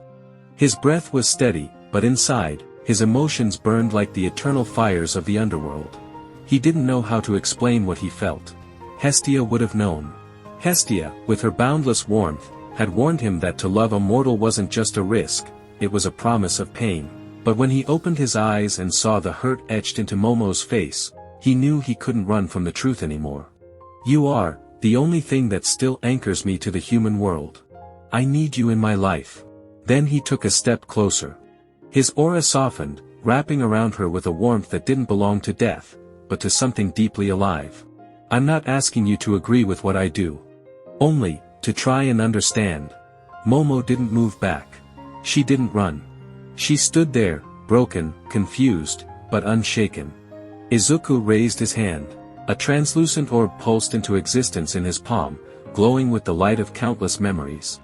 It was like a compressed galaxy, spinning slowly, whispering in ancient tongues. If you touch it, you'll see everything. Every truth. Every scar. And it'll be up to you, whether to accept me, or reject me. She hesitated. For the first time, true fear flickered in her eyes. Did she really want to know? To see for herself whether her friend, her love, was truly a god of death. But there was only one way to find out. With a trembling breath, Momo lifted her hand, and touched the orb. The world exploded in light. A universe unfolded before her. Realms far beyond Earth. Beings of flame, of wind, of stars. Mountains floating in rivers of constellations. Among this sea of memories, two radiant figures stood above all, Hades and Persephone. Majestic. Eternal. And in their arms, held with an infinite love, a child. That child was Izuku. Momo felt the memories flooding into her mind like rivers impossible to dam. She saw Izuku's childhood in the underworld, obsidian castles, sunless skies, flowers blooming in eternal darkness. She saw Hades leaving, promising to return, a promise never kept. And then, she understood why. The vision of Ragnarok hit like a thunderclap, Hades unleashing all his power, his body unraveling as he fell to a mortal. The king of the underworld had died. A sacrifice the world had already forgotten. She saw little Izuku standing alone on a terrace of black marble, staring up at a starless sky. His eyes empty. His soul fractured. Persephone embracing him from behind. "I'm sorry, my son. He's not coming back." Momo couldn't stop the tear that slipped down her cheek. That child had grown up in a world where death was a constant, and had learned that even gods could die. The memories flowed on. She saw him training, struggling, rising, becoming the boy she once knew, the one she loved. But then, a new memory surfaced. One recent. And deeply painful. Izuku pulled back. The orb vanished. "That's enough, if you keep going, your mind could overload." But Momo stared at him with blazing eyes. She wiped a trickle of blood from her nose, and her voice came out with an unexpected strength. "I want to see it all. Now." She didn't ask. She commanded it. Izuku hesitated. For the first time, the god faltered. But eventually, he looked down, and nodded. The orb reappeared. She touched it again. What she saw next would change her forever. It was a conversation between Izuku and a woman with warm eyes and an ancient aura. No introduction was needed, it was Hestia, goddess of the hearth, and Izuku's aunt. "There was a time, when I too loved a mortal." Her voice was gentle, yet filled with an unyielding sorrow. She was strong. A warrior. Bold, even before the gods. A flame danced in her hand, revealing the woman's face. The way Hestia looked at her cracked something in Momo's heart. "I loved her with everything I had. I fought for her. I protected her. And still, she died." Hestia didn't hide her pain. "And I remained. In a world where she no longer existed." Momo felt her chest tighten. "It's a punishment, Izuku," Hestia continued, her voice raw with ancient grief. "To love a mortal is an eternal and merciless sentence for a god. Because they will die, and you won't. You'll live with the emptiness. You'll watch them grow old. Suffer. And in the end, vanish." The words struck like daggers. One by one. Without mercy. "She's not even a demigod," Hestia said, her tone cold. "She's just a human. Are you really going to drag her into that kind of fate?" Izuku tried to protest, but his voice was small, pleading. "Momo is different." But Hestia's reply was a shattered whisper, soaked in centuries of heartbreak. "That's what I thought too." A name burned into the air, seared like a scar that had never healed, Evadne. "She was everything to me," Hestia admitted, eyes downcast, lost in memory. "And still, I couldn't save her." Something inside Momo cracked. For the first time, she understood that loving Izuku wasn't just a blessing, it was also a curse. A flame destined to die out in the face of his eternity. She dropped to her knees, body trembling, fists clenched against the cold floor. Her breaths came shallow and fast, like her chest no longer wanted to hold the weight. "Is it right, to make him suffer because of me?" she thought, tears falling freely. She didn't know the answer. Not yet. "Momo, Whatever you saw, we can get through it, Izuku said, taking a step toward her. You're lying, she shouted, but the anger wasn't directed at him. It was toward herself. Because she was fleeting. A spark. A blink. And when her body was gone, he would remain, cursed for having loved a mortal. Leave. She whispered, so low he barely heard her. Izuku tried to approach, but a voice stopped him. Melissa, standing at the back of the room, spoke gently. Izuku, don't pressure her. He closed his eyes for a moment, took a deep breath, then spoke with the weight of a god in love, a god who wouldn't walk away. Even if I can't find a way for our love to last forever. I want you to know I'll love you until the end of time. His gaze shifted toward Nizu. I know you have ties to the government. He raised his big end, the threat unmistakable. All for one is gone. I destroyed him before coming here. From now on, Melissa will represent the heroes. She'll be my eyes and ears once I'm gone. Do you understand? Nizu nodded silently. Then Izuku looked back at Momo. She was still there, collapsed, so fragile it hurt to see. He wanted to run to her, hold her, whisper that tomorrow didn't matter, only today, only them. But doing that would be selfish. Goodbye, Momo. With a single sweep through the air, his big end tore the fabric of reality, opening a rift. On the other side, a majestic castle rose among the dark clouds. He was about to step through, when a cry broke the silence. Wait. It was Momo. Her voice trembled. Her eyes were filled with tears. Is it really going to end like this? You're just going to leave? Izuku paused. He looked over his shoulder, sadness etched deep in his face. What do you want me to do? I know you love me. And you know I love you, but maybe this life wasn't meant for us. Momo placed her hands on her chest, trying to contain the pain tearing her apart. She knew this moment, this instant, was the breaking point. The place and time where she had to decide whether to leap into the abyss or let him go. But she didn't leap. She remembered Hestia's words. She remembered Evadne. That eternal love that never was. And she didn't want Izuku to endure that too. Sniff, sniff. I'll miss you, Izu. She murmured, her voice barely audible. I'll miss you too. He replied. And with that, he stepped through the rift without looking back. She collapsed and cried for hours, while Melissa knelt at her side, trying to soothe the pain of the woman her friend loved, but couldn't keep.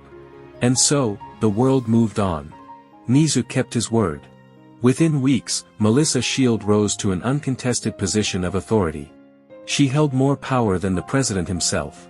Her leadership, both just and compassionate, restored hope. She became a symbol of peace, even greater than All Might. And time passed. 70 years later, on a hill where the wind whispered through the flowers, an old woman gazed at the sky with glassy eyes. Her white hair fluttered under the golden light of dusk, and a weary smile graced her face. Beside her, holding the wheelchair, stood a woman with a youthful appearance. But her silver hair betrayed her age. It was Melissa Shield, still wearing the armor entrusted to her by the god she once served. Heh.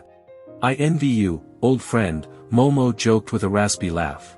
You still look like a young lady, and I look like a fossil. Don't be jealous, Melissa chuckled. I may look like this, but I'm past my prime. In a few years, I'll pass the title of Underworld Knight to my granddaughter. Melissa had lived. She married. Had 2 daughters, and from them, 5 grandchildren. She loved and was loved. But Momo never forgot Izuku. She was a brilliant heroine, an inspiration to generations, but she never fell in love again. She never looked at another man the way she had looked at him. Do you regret it? Melissa asked softly. Momo slowly turned her head to look at her. A faint smile formed on her lips, tender and filled with melancholy. Love is the greatest gift. It hurts that mine was impossible, but I'll never regret loving Izuku. Her eyes closed gently, and her body relaxed completely, letting that peaceful smile be the final trace she left behind in the world. A white light rose from her chest. No one else on earth saw it, except Melissa. With careful hands, she cradled that glowing essence, fragile as a feather, powerful as the memory of true love. Rest now, my friend. She blew softly on the light, and it scattered into thousands of glowing orbs, drifting across the world. Maybe, in another life, you and he will find each other again. The end of the story.